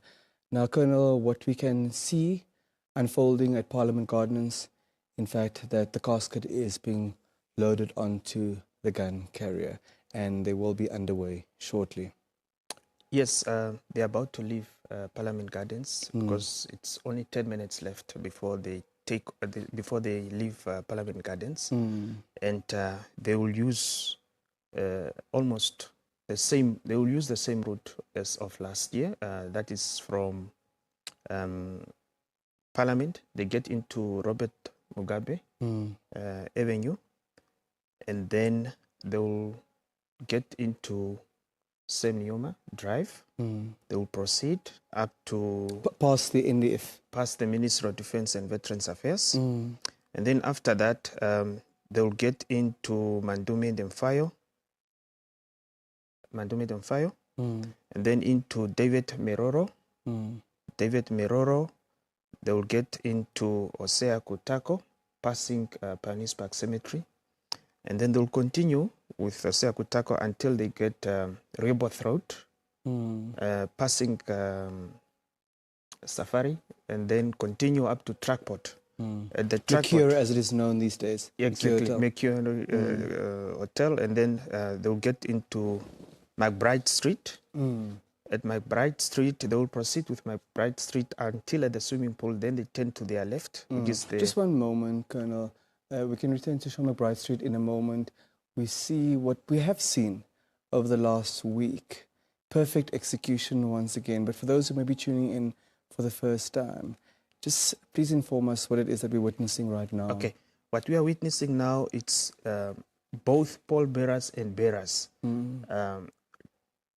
taking the casket from Parliament Gardens, loading it on a gun carriage, whereby now you have the bearers are those who are walking alongside the casket. The pallbearers are those who are walking along the casket. And those ones who are carrying the caskets are the bearers. The two leading, or the two front ones, are the ones from the Air Force in blue uniform. Just in blue. Blue in uniform. And then the rest are from the army. While the pallbearers in front here, you have Major General Aktofel Ndengu Nambahu, that's the army commander. And then you have also, following him, it's Air Vice Marshal Theophilus Shaende. He is the Air Force commander. And behind him, it's Rear Admiral Sakeus Gontep, that's the Navy commander. On the other side, we have in front here, the first pallbearer, it's Major General Petrus Nathinge. He is the Deputy Executive Director for Strategy, Policy, Plans and Coordination of the Ministry of Defense and Veterans Affairs. He is followed by, I can see it's Air Commodore Muhenye from Air Force. He is the Chief of Staff, Human Resources in the Ministry of Defense and Veterans Affairs, but he's specialized from Air Force. And then after him, we have Rear Admiral Junior Grade Erastus from the Navy. He's the deputy Navy commander. Yes. So as the last pallbearer on that side. Yeah, those are the pallbearers on the other side. So as of now, they are just securing the casket on the gun carriage. Yes. The last time that Dr. Nujoma spent in Parliament Gardens, these are his last moments. Exactly. Ever.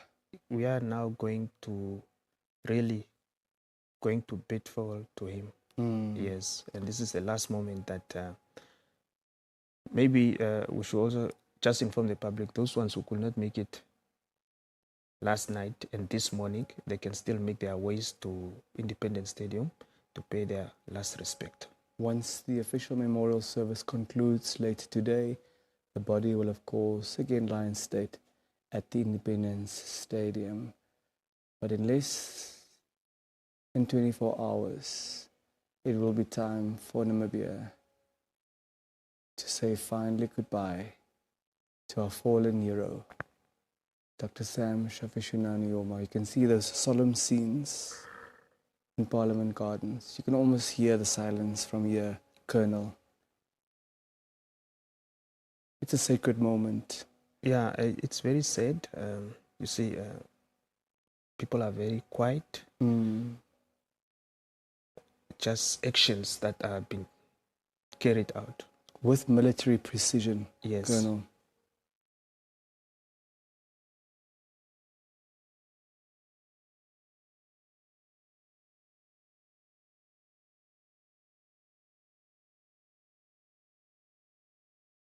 Fitting send-off for our hero.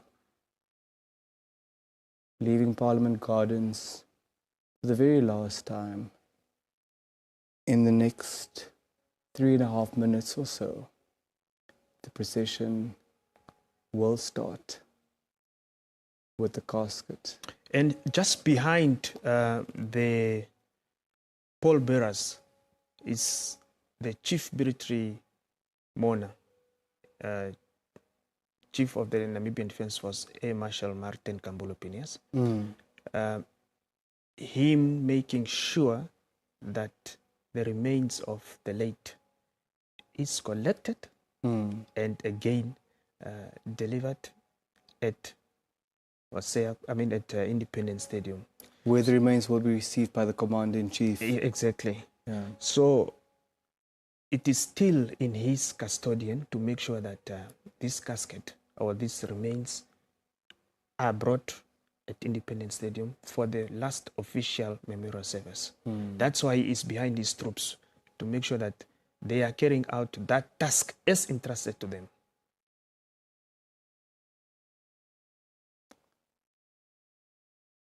And security remains paramount, Colonel.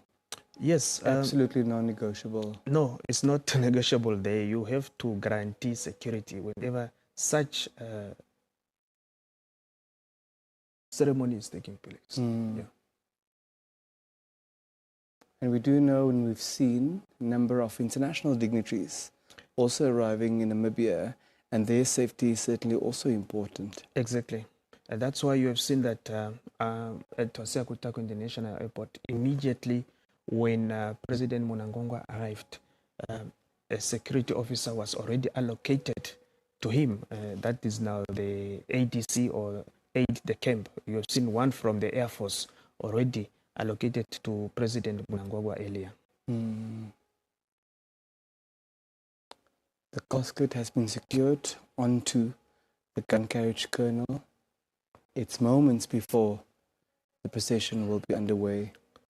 Parliament yes, Gardens. they will start marching along with the gun carriage, just for them to get on the road, and then immediately they start moving towards Independence Stadium. We understood earlier this morning at Parliament Gardens from Brigadier General Philemon Shafashike that the procession will move slightly faster today at about 40 kilometers an hour to ensure the punctual and timeless arrival of the procession at Independence Avenue, so that the memorial service does commence at the scheduled time, but still with dignity and still with honor and still with utmost and sheer respect. Yes, as I said that they want to start according to the time in the program. You don't want to delay for nothing.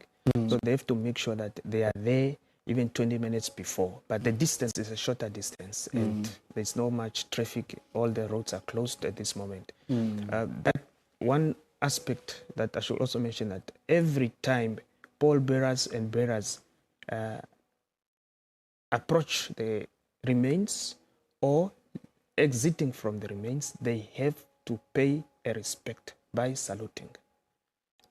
So, and that's why you've seen them performing exactly the same action throughout the memorial service in all the regions where the memorial service was conducted. So the pallbearers are always the last ones to salute, while the bearers are always the first ones to salute. There they are moving. And I think in order just to honor the moment, Colonel, we will observe it and we'll have our viewers also be part of what is a solemn, what is a sacred, what is a silent moment.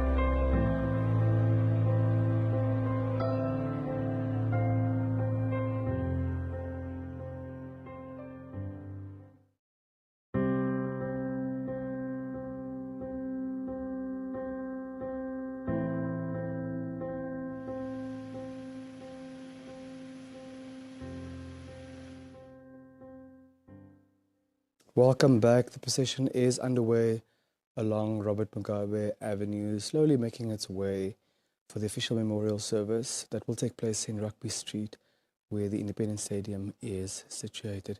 Colonel, just very briefly, we were still talking earlier about the exact nature of the training that our founding president and father of the Namibian nation received back in China in 1969. That, of course, was visually depicted by one of the images that we saw on our screens earlier. Can you just briefly talk to us about that? Yes, as I was just informing you that the late Dr. Shafishuna Nujoma was trained in the late 1960s, that is between 68 and 69 in China. And I was also emphasizing to say that he was not trained like for a long period like others who go to training for 2 years, 3 years. No, because that was the early time of organizing and mobilizing the youth and others to join the liberation struggle. So he got his military training during those years, very late in 1969, or between 1968 and 69. But people like the General Shali, Dr. Pohamba, General Ndeitwa, General Hawala, those ones were trained also in different countries, whereby they go and spend maybe 2 years or 3 years military training, but not like Dr. Nujoma. Dr. Nujoma was trained once, and he had no time to leave the liberation struggle to go for military training for a longer period. That is the difference. So him got additional training in his office in Angola and in Zambia. While he's in the office, running the administration of the liberation struggle and other things, important aspects of the whole liberation struggle, he got experts, different experts from Soviet Union, from Cuba, to come and train him, giving him specific classes on economics, on health, on politics, on defense in his office in Zambia or in Angola. So that's how he got trained. But also, I learned that there were people who shaped him also while he was in the liberation struggle. One of them is Julius Nyerere in Tanzania. He shaped Dr. Nujoma. Another one was Dr. Kennedy Kaunda. He also shaped him while he was in Zambia because he spent so long time in Zambia. Okay, and then the other thing that I also picked up is that he got support from communist countries or socialist countries, such as support of weapons, equipment, and since he got that training in China and those experts who normally came, the experts, whenever they leave him behind, they always leave different types of books for him to educate himself. Even when he get weapons from China or from the Soviet Union or from Cuba, by the time that specific weapon reach him, he know already the caliber of the type of weapon that is receiving, the effectiveness, the effective range of that specific weapon that he received. And on top of that, he was also a sharpshooter.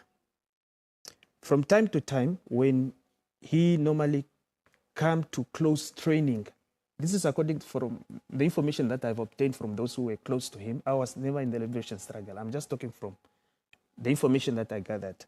So whenever there was training being conducted to those who joined the liberation struggle, he normally come to training and close that training and talk to the young people who just joined the liberation struggle, motivate them. He will always make sure that before, because the training center was in Lubango, for example, or in Shashatotwa, so before he goes back to the headquarters, to Swapo headquarters, the first thing he does, he makes sure that he go to the shooting range and practice shooting skill.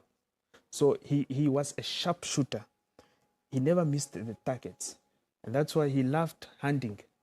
Even if you find him bringing down or shooting an oryx, you'll be surprised, one shot down. He was a very good sharpshooter. And then I was also told that after Kasinga was attacked in 1978, apparently Commander Fidel Castro, the late Castro, he sent many experts to Dr. Nujoma in Angola, and they also polished him even to be very more intelligent. Therefore, Plan and Cubans were even able to win the Battle of Quito Panavai, because they've sent a lot of experts after the attack of Kasinga in 1978. So the others, they told me that Dr. Nujoma was a unique person to work with. There was always freedom. The procession have just made their way. They have turned to their right into Sam Nujoma.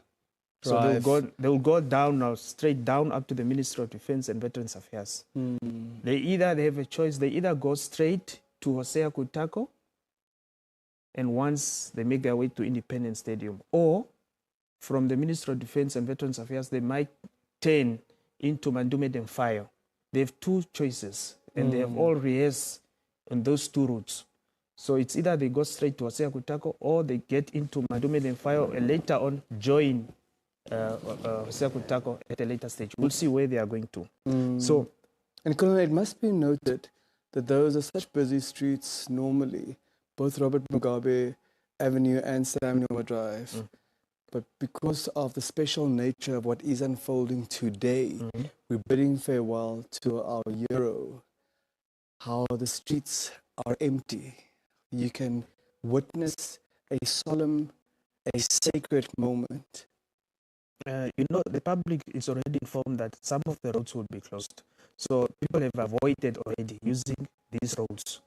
That's why you see that it's empty. Although there are traffic officers and the law enforcement, actually, they are on the ground also to make sure that those roads are still closed and maintain a minimum entrance of vehicles or motorists who want to make use of the road. So you can see some of them already the traffic lights, making sure that nobody come in the road. Indeed, a befitting send-off to our founding president, to the father of the Namibian nation, Dr. Sam Shafishuna Nujoma, who passed away in the Namibian capital on Saturday, the 8th of February 2025, at the age of 95. The official memorial service will be taking place today at the Independence Stadium before he will be taken to his final resting place, being at the Heroes Acre on the outskirts of the Namibian capital.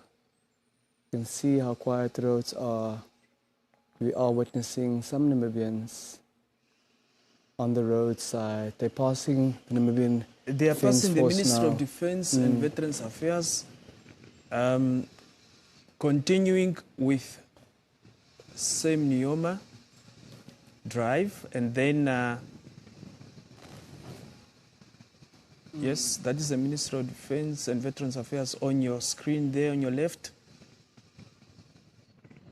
Okay, the casket has just passed there. They're moving at quite a steady pace at the moment. They are getting into Mandume Demfayo Drive. They're turning left into Mandume Demfayo. Yes. And the speed, it's between 30 and 40 kilometers an hour. Per hour, yeah. So, and then they will again turn into David Hosea Miroro. They'll get into David Hosea Miroro. Yes. After that, they'll get into Hosea Kutako.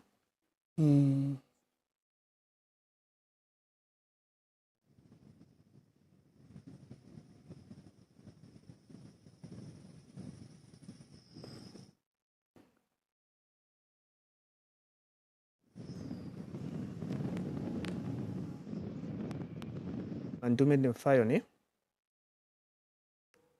Yes, they are.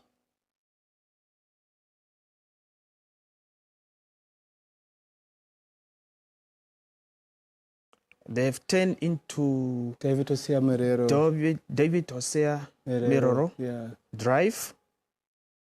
So it appears that they will indeed pass the Gamam Cemetery. Yes, they will get into Hosea Kutako Drive. Yeah, so they will soon take a left, Colonel, into Hosea Kutako Drive. Yes. Passing the Gamam Cemetery as we know it, the Pioneers Park Cemetery on their right. Yeah, as you had indicated earlier. So that's the route they are using. They're taking. Yeah. They're about to turn to their left now to exit from Hosea Merero. Yes, David Hosea Merero Road Drive into Hosea Kutako Drive. And they're well on time. Still, it's 20 minutes past 10, and they're supposed to arrive at Independence Stadium 10 minutes to the hour of 11. The memorial service. There they are. They exit. They just exited David Hosea Merero Drive. They are getting into Hosea Kutako. They will proceed with Hosea Kutako throughout until at Rehoboth Road. And then after that, they will get into McBride Street. Sean McBride, and then from Sean McBride, they will get into Vicar Street. From Vicar Street, they will get onto their left, and then they'll get into Softball Street. They are turning left, and then last, they will turn to their right, which is Rugby Street at Independence Stadium. So we are expecting them in the next 20 minutes, actually, maybe 20 to 11 o'clock, they might be already at Independence Stadium. Gamam Cemetery to the right of the procession. The casket containing the remains of our founding president and father of the Namibian nation being escorted for his final memorial service, being the official memorial service that will commence at 11 o'clock. We're seeing on our screens scenes unfolding at the Independence Stadium, Colonel. A number of dignitaries also, of course, arriving. Our veteran anchors, Madam Nora Polis and Mr. Kadembire Mberuka, are on standby at the Independence Stadium. We will cross over to them in a moment. As you can see also, it seems to me the guard of honor, the band, they already alerted that the remains will be arriving anytime soon. That's why they must be on standby to receive the remains of the late Dr. Sam Shafishuna Nujoma.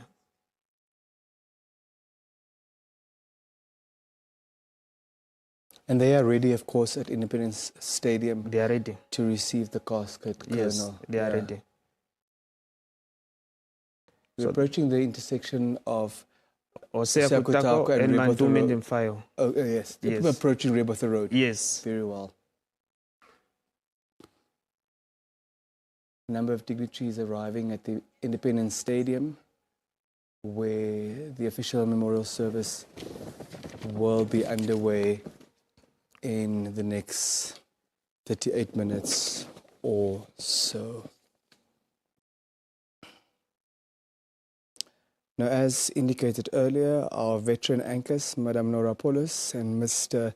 Kadembire Mberuka, are on standby at the Independence Stadium to bring us the proceedings from there. So we now cross over to our colleagues on that side. It's over to you, team.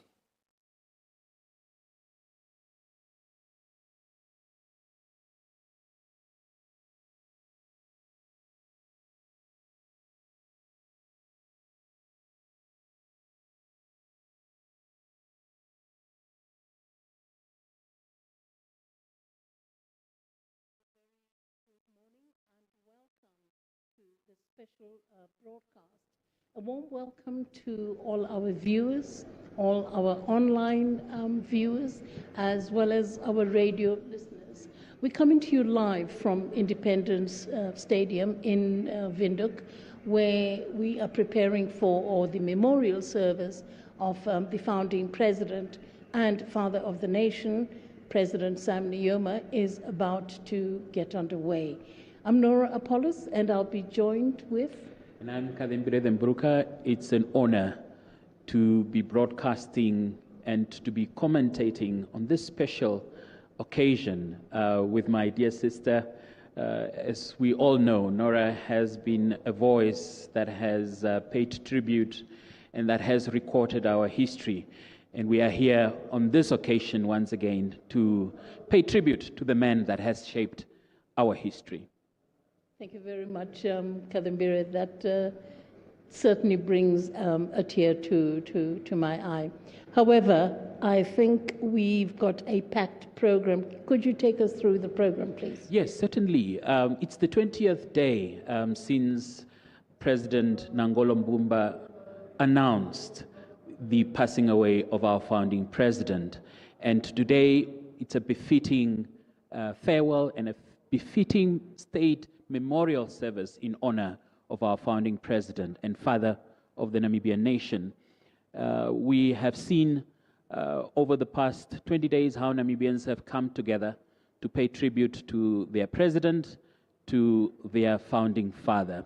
But this particular occasion, we will be joined by dignitaries from around the world who will be joining Namibians from the length and breadth of the country.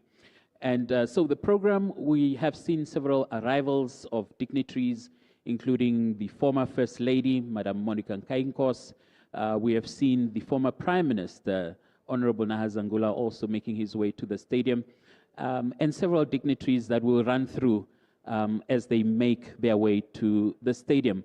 We will then have the national NAU anthems, welcoming remarks by the two directors of ceremonies, and the two directors of ceremonies on this special occasion is none other than the Minister of Defense and Veterans Affairs, Honorable Franz Kapofi, and Dr. Ita Kanji Murangi, the Minister of Higher Education, Technology and Innovation. That will shortly be followed by a devotion by a minister, and then the eulogy that will be read by Honorable Nahazangula, the former Prime Minister and Chairperson of the Sam Nujoma Foundation. We will also receive a performance from the NDF military band, as they have done during the regional memorial services throughout the 7 regions where the memorial services were held in honor of the founding president. We will then have tributes coming through from the leader of the official opposition, Honorable McHenry Venani, and then a tribute from the Vice President of the Swapo Party, Vice President of the Republic of Namibia and President-elect, Honorable Dr. Netumbo Nandi-Ndaitwah. Dr. Hifikepunye Pohamba, the former president, will also deliver a tribute. And then, from heads of state and government that are represented or that have come to pay their tributes as well, we'll be hearing from them. There will be a message on behalf of the widow, delivered by Public Service Commission member, Dr. Nashilongo Shivute, and then the main message on the day by Dr. Nangolo Mbumba, the President of the Republic. That will really wrap up the program, Nora, for the day. Yes, and certainly, as Kadembire pointed out, we are expecting heads of state and government from various countries to be here. And notably, the Angolan President João Lourenço will be here. So will the President of South Africa, Cyril Ramaphosa, will also be here. Zimbabwe's President Emmerson Mnangagwa will also be here. And we also will have vice presidents from the Republic of Ghana. In fact, the First Lady Vice President of Ghana, Jane Opoku Agyeman, will be here representing her country. Then we will also have the Vice President of Malawi, who will also be here, Dr. Usi. We will also have the Vice President of Tanzania, who we also arrived last night. And Prime Ministers will be represented by the Kingdom of Eswatini, the Prime Minister. Tulisile Dladla will be here representing Eswatini. Then we have Mr. General, actually, Ahmed Zaki, who is the Minister of Defense and the effective Prime Minister of Egypt. He will also be here.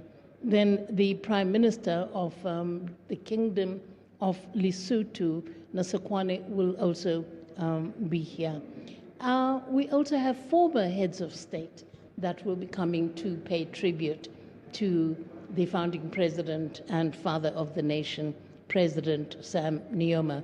And that will be Lieutenant General Seretse Khama, Ian Khama, who will be here. He is the former president of Botswana. We will also have Tarja Halonen, who is the former president of the Republic of Finland. Then, as we expected, President Joseph Kabila from the DRC, former president of the DRC, will also be coming. And of course, Thabo Mbeki, President Thabo Mbeki, former president of South Africa, will be paying his respects, as will former President Jacob Zuma, who will also be here paying their respects. And it's interesting to note, Kadambiri, that these two men shared trenches, if as it were, with the late founding president. They come a long way from their days in exile, in the struggle. They interacted on many international platforms and fora. And of course, they lived virtually in the same town, Lusaka, and then Luanda. So obviously, they have a shared history. And it was befitting that they would be here. Who is that arriving? We're just witnessing the arrival of former President Hifikepunye Pohamba. Hifikepunye Pohamba, the former president, really, as you rightly pointed out, has a storied history and a history that he has managed to also pen in the form of a biography, an autobiography that was released a couple of months ago.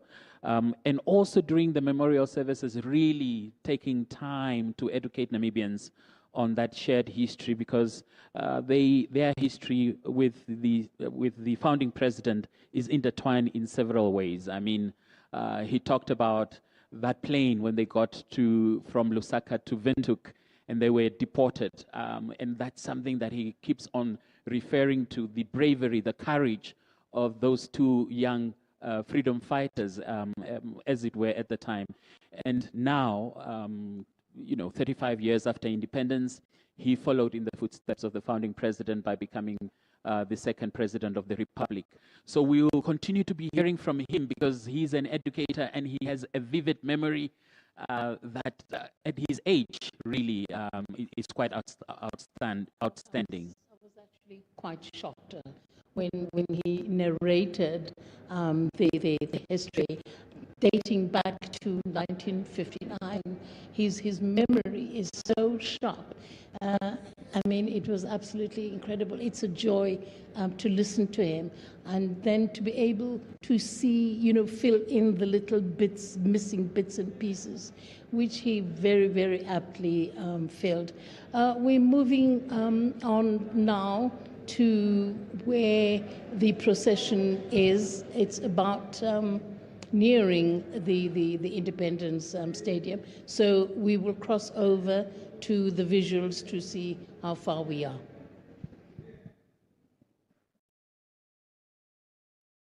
Up your seats.